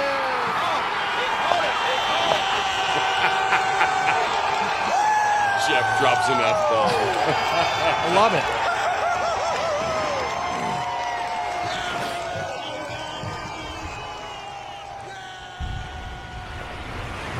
All right, appreciate everybody that's in the chat that is not a Russian porn bot. Jesse Cardenas is in there. No, I think it's more than a porn bot. I think it's a troll. We have trolls. I think we got a troll in Well, here. that's what they say. If you don't have trolls or haters, then you're not doing anything worthwhile. So we appreciate everybody and appreciate your patience in there with all that. We're trying to stay on top of it best we can. Of course, our first mobile broadcast we've done in a long time, and here we have the most whatever goofiness going on in the chat. But aside from that, we appreciate everybody that is in there doing the right thing, which is just talking about a little bit of Raider football. William Holcomb is in there. Mojo, our good buddy, is in there. Lencho is in there. Trinidad is in there. Ty Davis, Paul Edgerton, Raider Nomad, Lee B, Rob Raider, Ron the Mater Raider working double overtime, and we owe you like a lot, Ron Raider. Next time you're here at Domenico's, all the sandwiches are on us. But we appreciate Victory Raiders in there. Michelle Sweat is in there. PSP Raiderette is in there.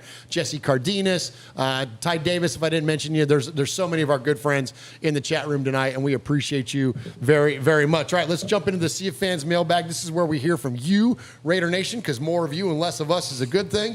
And we're going to hear your emails and your phone calls. And so just a quick reminder, if you're not joining us in the chat on the live show at youtube.com/RaidersFanRadio, you can email the show at that incredibly inventive email address. That's a good email address. Thank you, buddy. It's show, SHOW, at RaidersFanRadio.com. And you can send that anytime. That's a 24/7 thing. And as also is the hotline, the Raiders Fan Radio hotline, 909-345-3346. That's 909-345-3346. And so you can call us and leave us a message at any time, and we love to feature your voicemails. We love to feature your emails, and Uncle Mosh handles the email duty for us. And Uncle Mosh, who do we have tonight? Somebody asked me what the phone number was one time, and I went, 909-345-3346. And they went, what? Say it slower. And I go, I can't. Salute, RFR, Murph, Mosh, Swag Jeff, QB Jeff.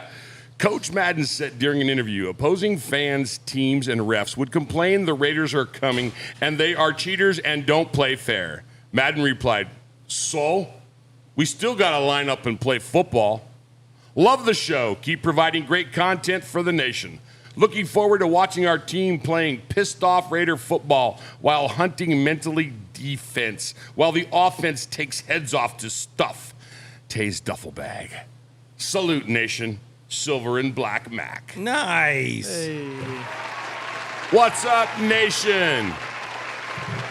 The Dolts game is this Sunday, and this is a different. It's that new board. There you go. The Dolts game is this Sunday, and boy, am I excited. We'll beat up the Queef Dolts and the Donkeys and send them to their respective places in Loserville. All our foes are going down. Let's talk about something that really pisses me off. The Pro Football Clowns ranked the Raiders roster at 21st in the NFL. The Dolts roster, however, is ranked 3rd. You're telling me that a Raiders team with a top 5 offense is ranked 21st due to roster? That's some certified PFF BS. As we approach the regular season, the excitement of Raider football is what we've been looking for all summer. It's nearly here, nation. In a few days, we'll be beating the asses off of Justin Hebert and the rest of the Chargers. That's all for me. Kept it short and sweet for y'all. Take care, nation. Raiders Shank, proud made man, and currently looking for his first ever BRT Sizzler Award. Nice. Hey, RFR family, it's William Holcomb from the 530 NorCal and first-time, one-time Sizzler winner. Well, guys, here we are, week 1, going down to our second home in L.A., or as we call it here in the nation, Allegiant South. As we go into week 1, it's actually looking pretty good. We're healthy. We got a new leader who seems like he's got a game plan, and I believe we're going to take this division and the whole NFL by storm. And we're going to have so many people trying to jump on the bandwagon, we're going to have to start kicking people off.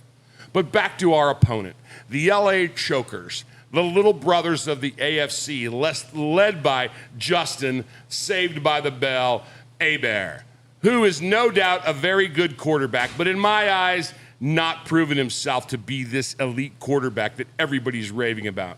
Maybe when he can overcome the Chargers' immense talent for effing up stuff, he could get more into that territory. Now let's get to the other side of the ball, led by the duo of Joey Easter Island Bosa and Mr. constantly overrated Khalil Mack. Now that might be a divisive take, but the hype he's got since his production with the Raiders seems unfounded. How many championships did he help Chicago win anyway? Huh? How many? None. It always slips my mind. But anyways, it's nice that one of the little rascals learned how to play safety and made something of themselves after that last movie. But hey, they got him, and Samuel Jr., who had a good start to his career, but I'm not going to label him a lockdown corner by any means, and it's looking like J.C. Jackson will not be able to make it for week 1 due to getting ankle surgery.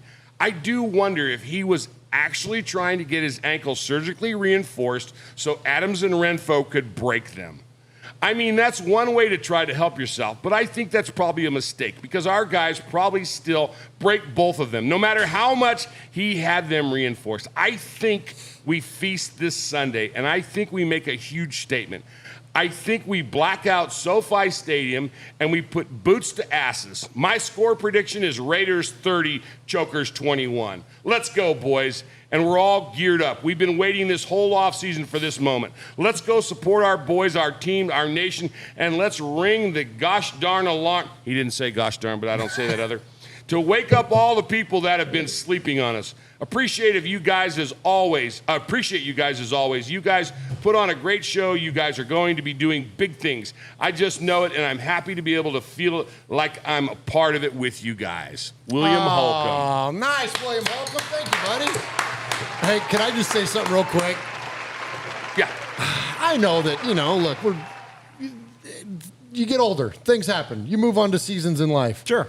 The fact that Asante Samuel Jr. is playing in the NFL, didn't Asante Samuel just play like 2 years ago? I swear, that guy was just in the league. Like it, yeah. Right? Like, wow. I just remembered that him not picking off that ball for the Patriots in the Super Bowl and them not beating the Giants and all that kind of stuff. And now here's kids playing. Anyways. Wow. Yeah. I think he also had his kid pretty young. Yeah. Okay. Still. I know. It's like 16 years. Oh, really? I think he had him young. But either way, it's still. Well, it's like Craig Biggio's son and Vlad Guerrero Jr. Yeah, exactly. And then it's wild. Yeah. Or even LeBron and Bronny are going to be playing at the same time. Like I can't stand LeBron. Well, I can't either, but it's kind of. Although, you know what my favorite one was Ken Griffey Sr. and Jr. That was really cool. That was cool. This is it, the start of a brand new era. The NFL tried to sink the Raiders last year by exposing John Gruden. Then with some other tomfoolery from some now former players, we had to overcome a certain death to the season just to make the playoffs. Did the team get an honest chance to fulfill their goals and expectations? Hell no! Mark Davis was forced to make some very hard decisions this offseason. First, by completely replacing the old regime, then showing the interim president the front door. Tell me, Raider Nation, how many organizations have lost an iconic legend of a coach, commissioner, and owner just to have his son take over and try to learn how to be great owner on his own? Mark Davis has had to rebuild not just a team, but an entire organization from basically the ground up. Without the privilege and support from the city, the Davises have represented from the beginning. Mark has found a new home that believes in the Raiders and built a real Death Star for Raider Nation to embrace our team. The nation is fired up for the possibilities that Josh McDaniels brings to the new era of Raiders football. We got some national love this year, but all in all, most analysts have turned their backs on us once again. To place the Raiders 4th in the West and winning under 8.5 games? Have they not been paying attention? Are they blindfolded by the gods they've created in Herbert A. Wilson?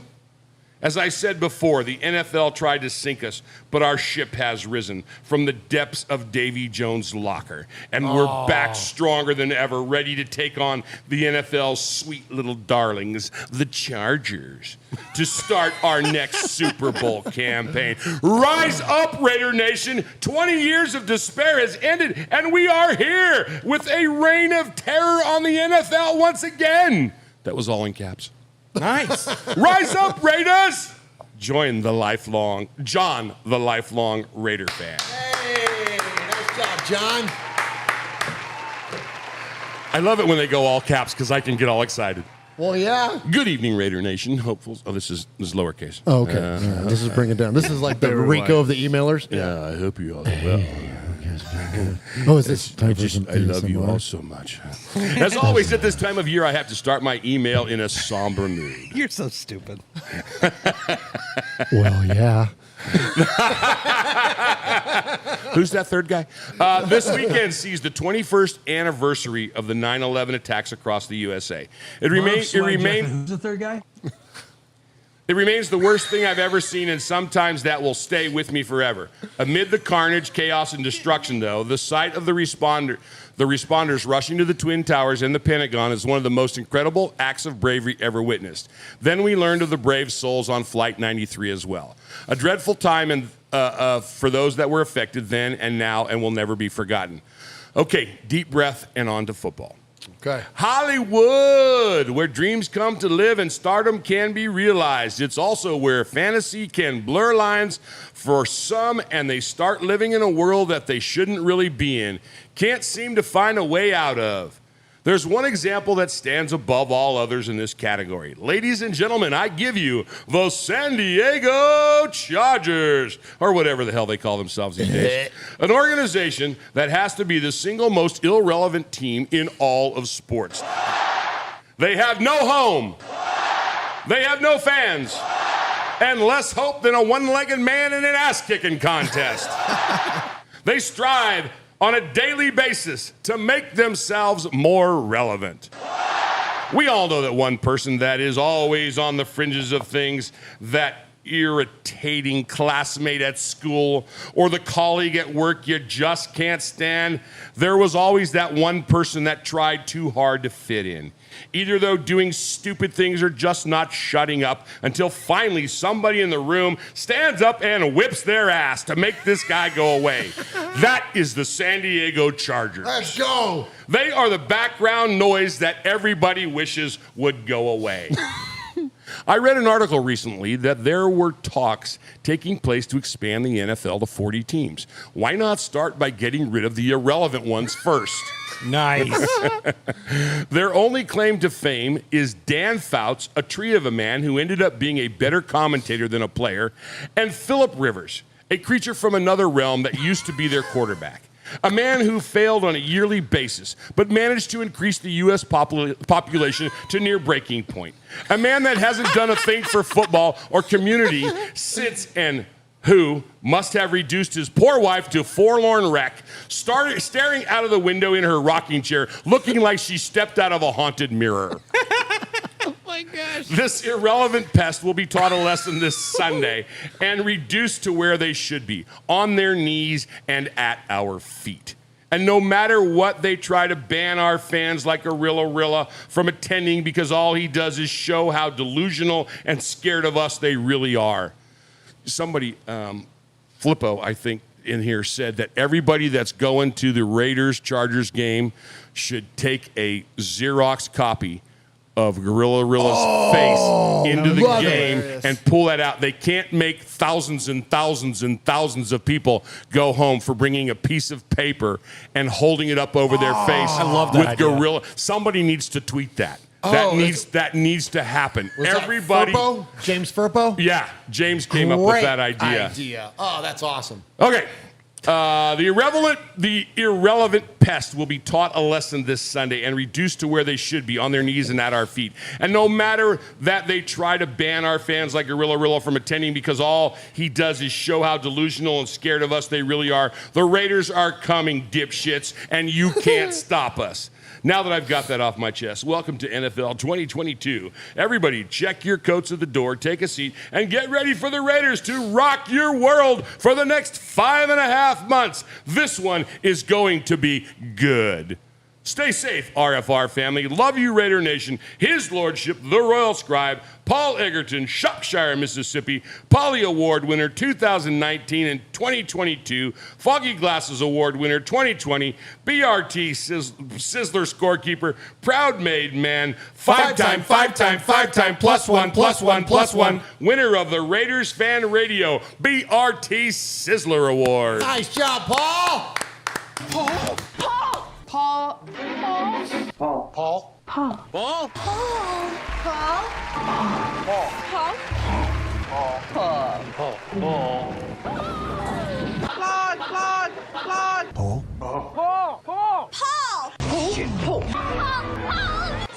your name Paul? Paul. I met him with Paul. Who? Paul. Paul, yes, Paul. Paul's not here. Hey, Paul. Paul. Hi.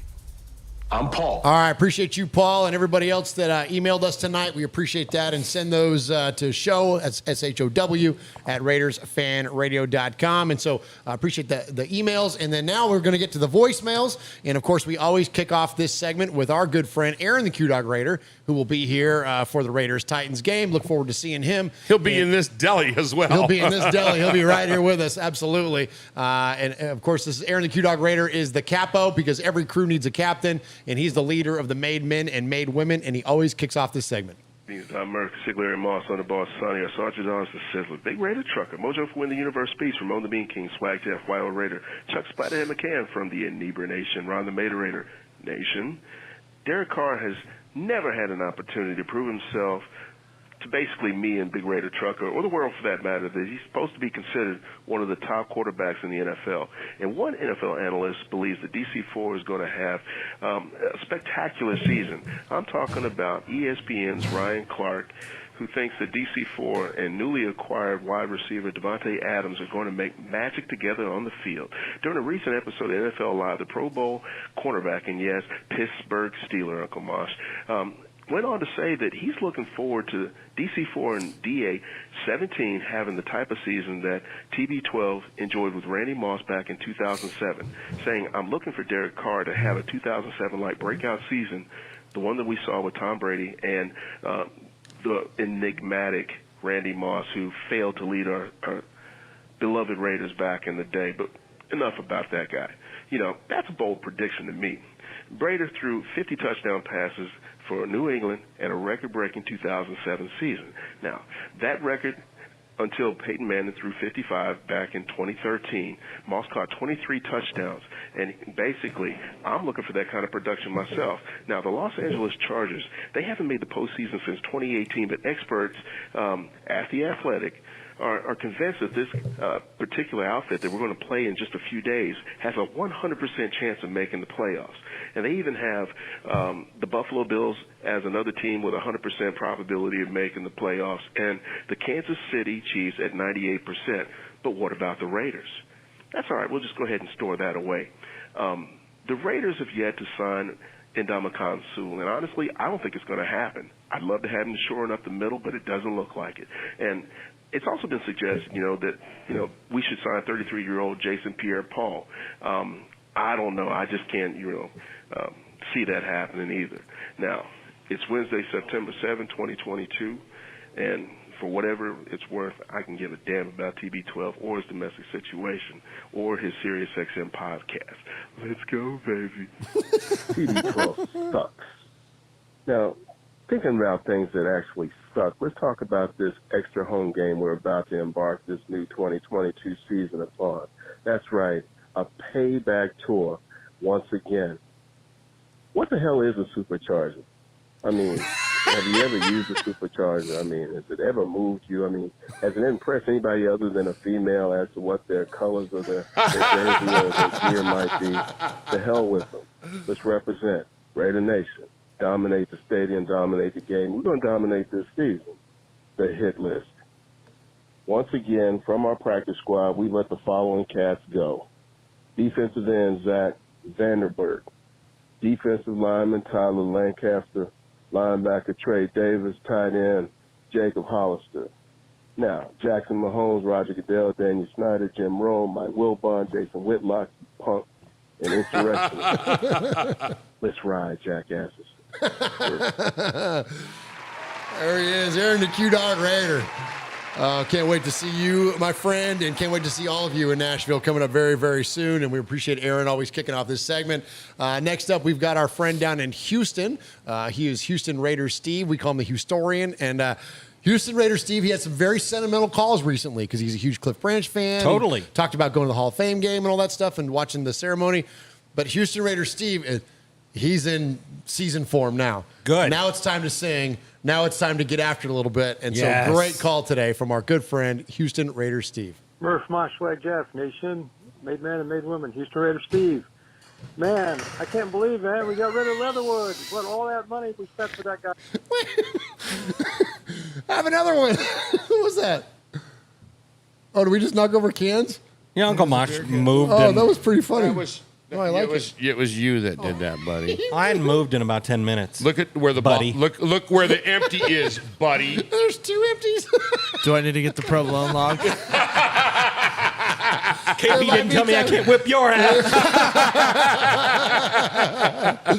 Yeah, but if I hit you with this chair, I might actually hurt you. yeah. All right, and I'm actually more afraid of Miss Chris than I am of you. As you should. All right, here we go. Let's check in with Houston Raiders Steve. Murph, Mosh, Swag, Jeff, Nation, made man and made woman, Houston Raiders Steve. Man, I can't believe, man, we got rid of Leatherwood. What, all that money we spent for that guy. What a reach. As much as I like John Gruden as the first time around, the second time around, him and Mayock really whiffed on a lot of great players. The people on the clock now is Abrams is on the clock, and, of course, our friend Cleve Farrell is on the clock, Parker.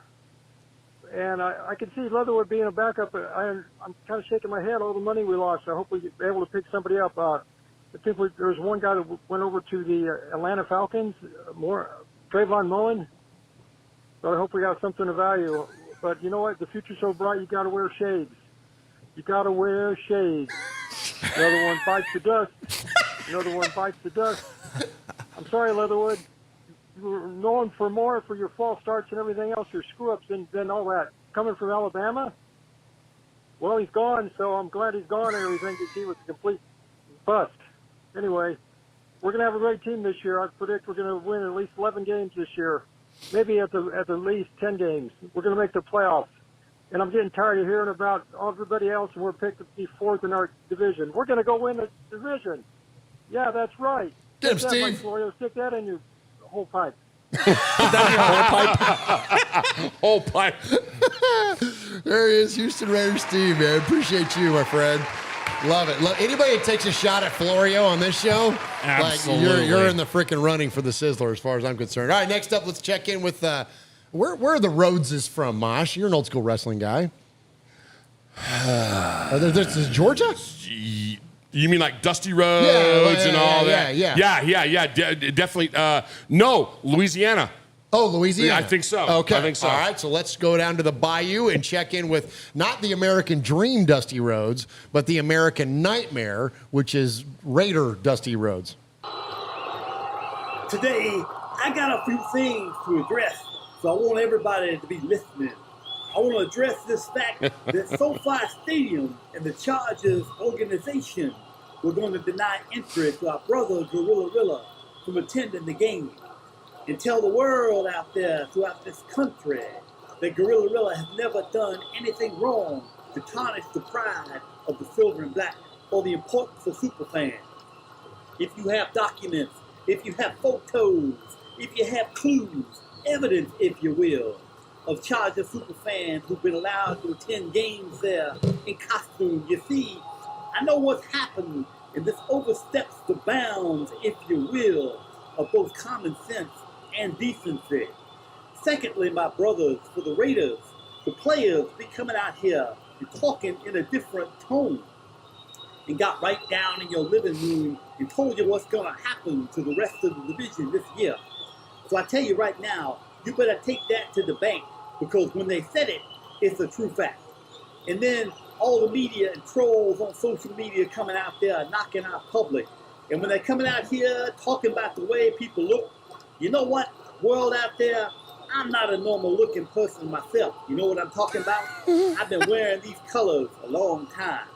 I've been in the den of the Lions, and it's been a privilege and an honor to stand side by side with other members of the Raider Nation. Because when you knock them, you're knocking me.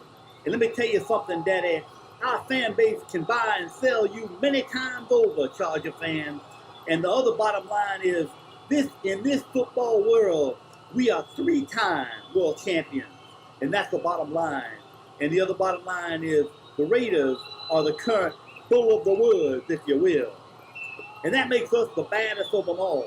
So far, you say you're going to deny entry to the Raiders Superfan because you don't know what's going to happen. Well, I tell you what's going to happen. Total destruction's going to happen. And anybody who's coming to the game just better know that it ain't going to be for the weak of heart. The weak of heart, if you will.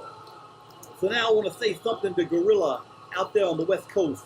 Hang in there, my friend, because we're going to bring a blackout in your honor, baby. We are Raider Nation.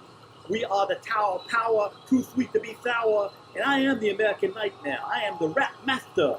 There's no other. There's no equal. And the team that built SoFi was the Raiders. So this coming Sunday, let's get funky like a monkey, baby. There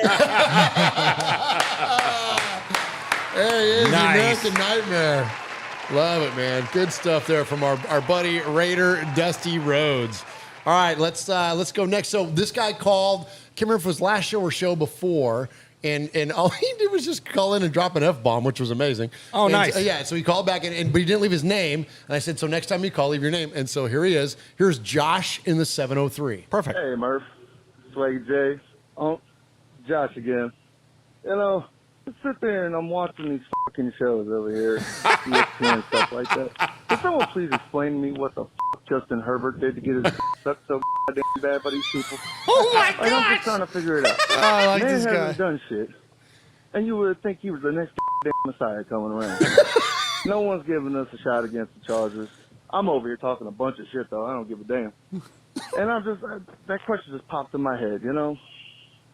So I just got one thing to say. Man, Justin Herbert. Yes! Oh, that needs to be a soundbite. Oh, man. Justin Herbert. My God. This guy's in the running for the Michelle Award. No I kidding. just got one thing to say. Man, Justin Herbert. We could get a whole reel of him, you know, because at the end of the F year. Tom Brady, F Justin Herbert. Yeah, Oh, keep my going. gosh. Dude, yeah, That'd be Josh, funny, you need yeah. to call every week. Hey, and one more time, and Josh becomes a made man. Yeah, he does. Perfect. So, if you leave a message and we play it on the show 3 times, you become a made You man. know, or a made and woman. when we make him, we'll go, that's Josh in the beep 703. Nice. All right, let's check in next to our man that's working all of the overtime Holy right now. moly. Yeah. He is working all the overtime in the chat. Is our good friend. We call him the Maderator because he's the made man and he's the moderator of our chat. So he is Ron the Maderator. The bot killer.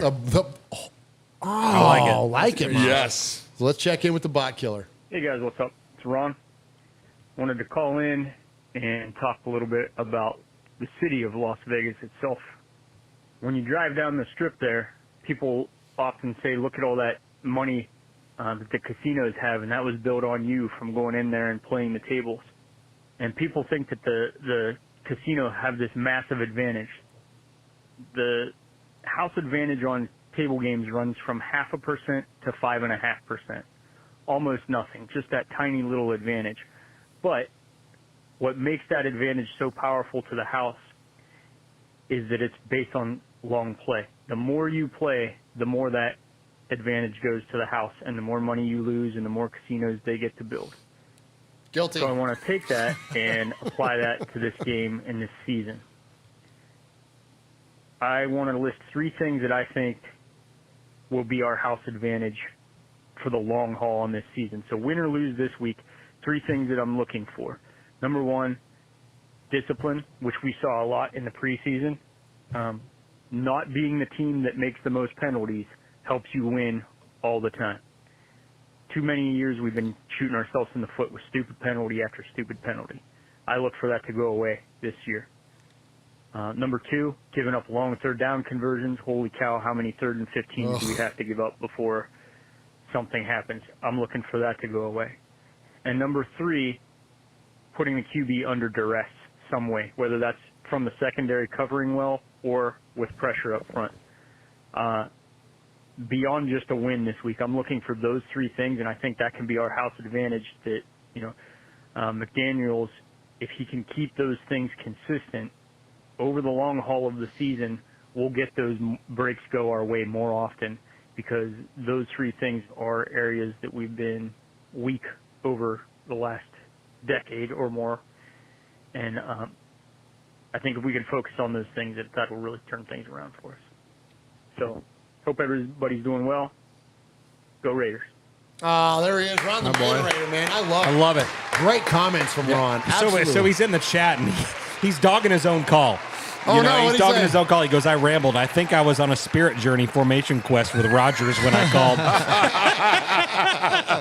That was a great call, dude. It was a great call, though, and he's dead on. I mean, you cut down. I mean, how many freaking years did we watch the Raiders commit stupid penalties and give up ridiculous third downs that cost us not only games but seasons? Yeah, both are drive killers, especially the penalties, man. When you have penalties and you're at 1st and 10 and now you're 1st and 20, 1st and 15, it just changes the whole complexity of that drive and the start to that drive or that set of downs, and you just can't have it. If you can eliminate those, you're that much more ahead of where you used to be. Amen, absolutely. And, and as much crap as we're getting from the, on the offensive line and whatnot and all the different criticisms that are out there, that's one thing you can't be critical about the Raiders. Like Masha, that's the reason they cut Leatherwood. He was penalty prone. Yeah. Well, guess what? Now he's not part of the team anymore. You know what I mean? So, big moves there. And it's nice to see a little bit of a spirit change there when it comes to the Raiders. All right, we got one more to get to, and then we're out of here for the night. So Mosh, after this call, is going to award the Sizzler.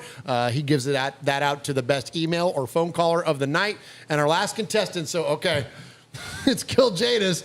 So Kiljadis called in with his alter ego, Macho Man Savage. But as we have often referred to going to Raider games, we referred to it as marching into Mordor, right? Okay. Like you're going into this dark, ominous place, okay? So Kiljadis has taken that and capitalized and made an entire skit and bit about it. So that's what you're getting ready to listen to. It's a little bit of an Andy Kaufman journey. It's going to be a little bit uncomfortable at first, and then it's going to get funny, and then it's going to get uncomfortable, but then hopefully it'll be funny again here at the end. And then Google Earth will hit it. He does get it in 3 minutes, so I'll give him credit there. So let's check in with our buddy Kiljadis. Good for him. Macho Man Savage, and a bunch of orcs.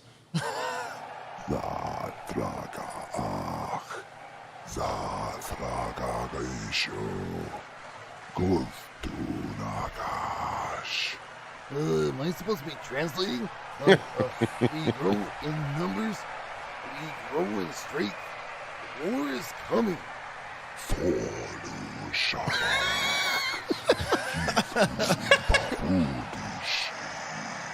Death will come to all. They will be thrown into the abyss.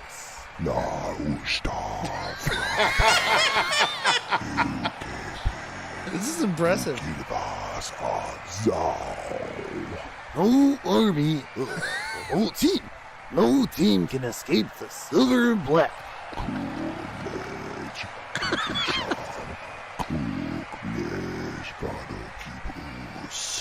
We are strong, we are deadly.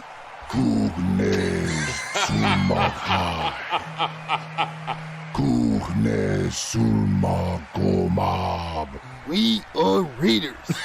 We are Raider Nation.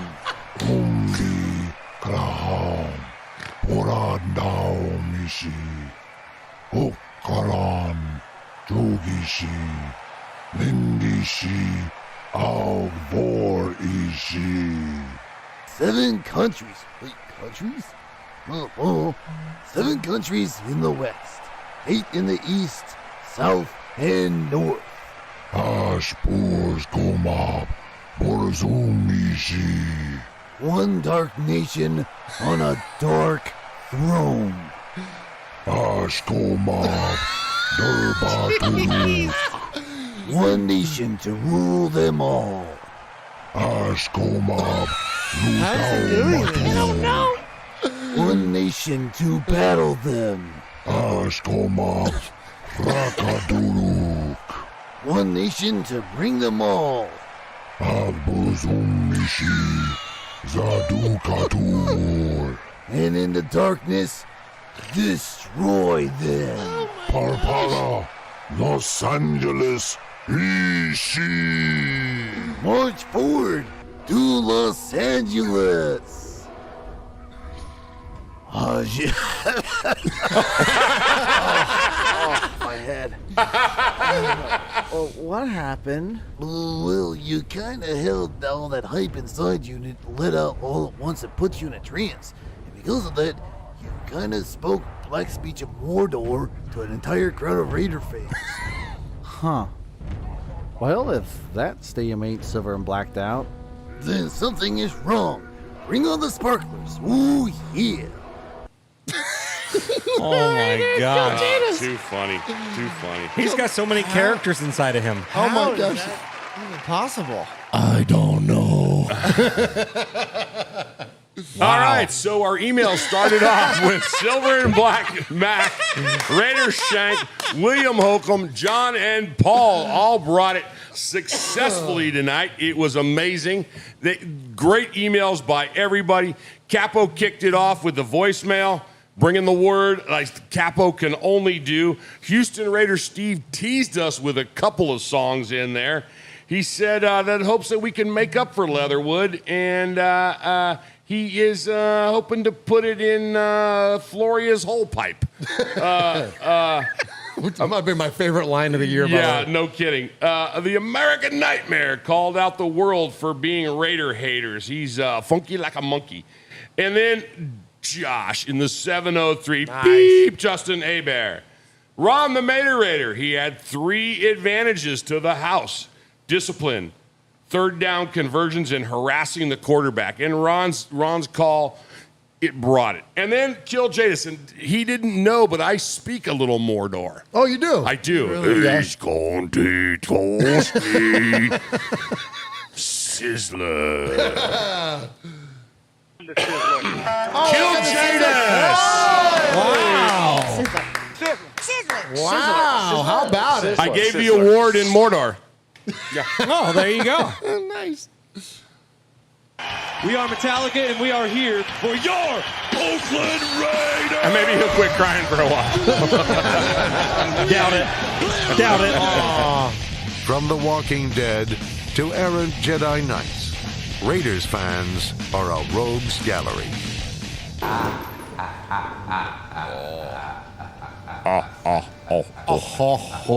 We should do that all in Mordor.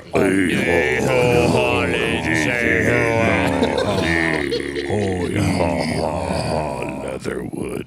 Boo boo Schuster. All right, so I've got one more thing for you to throw at you boys on the way out.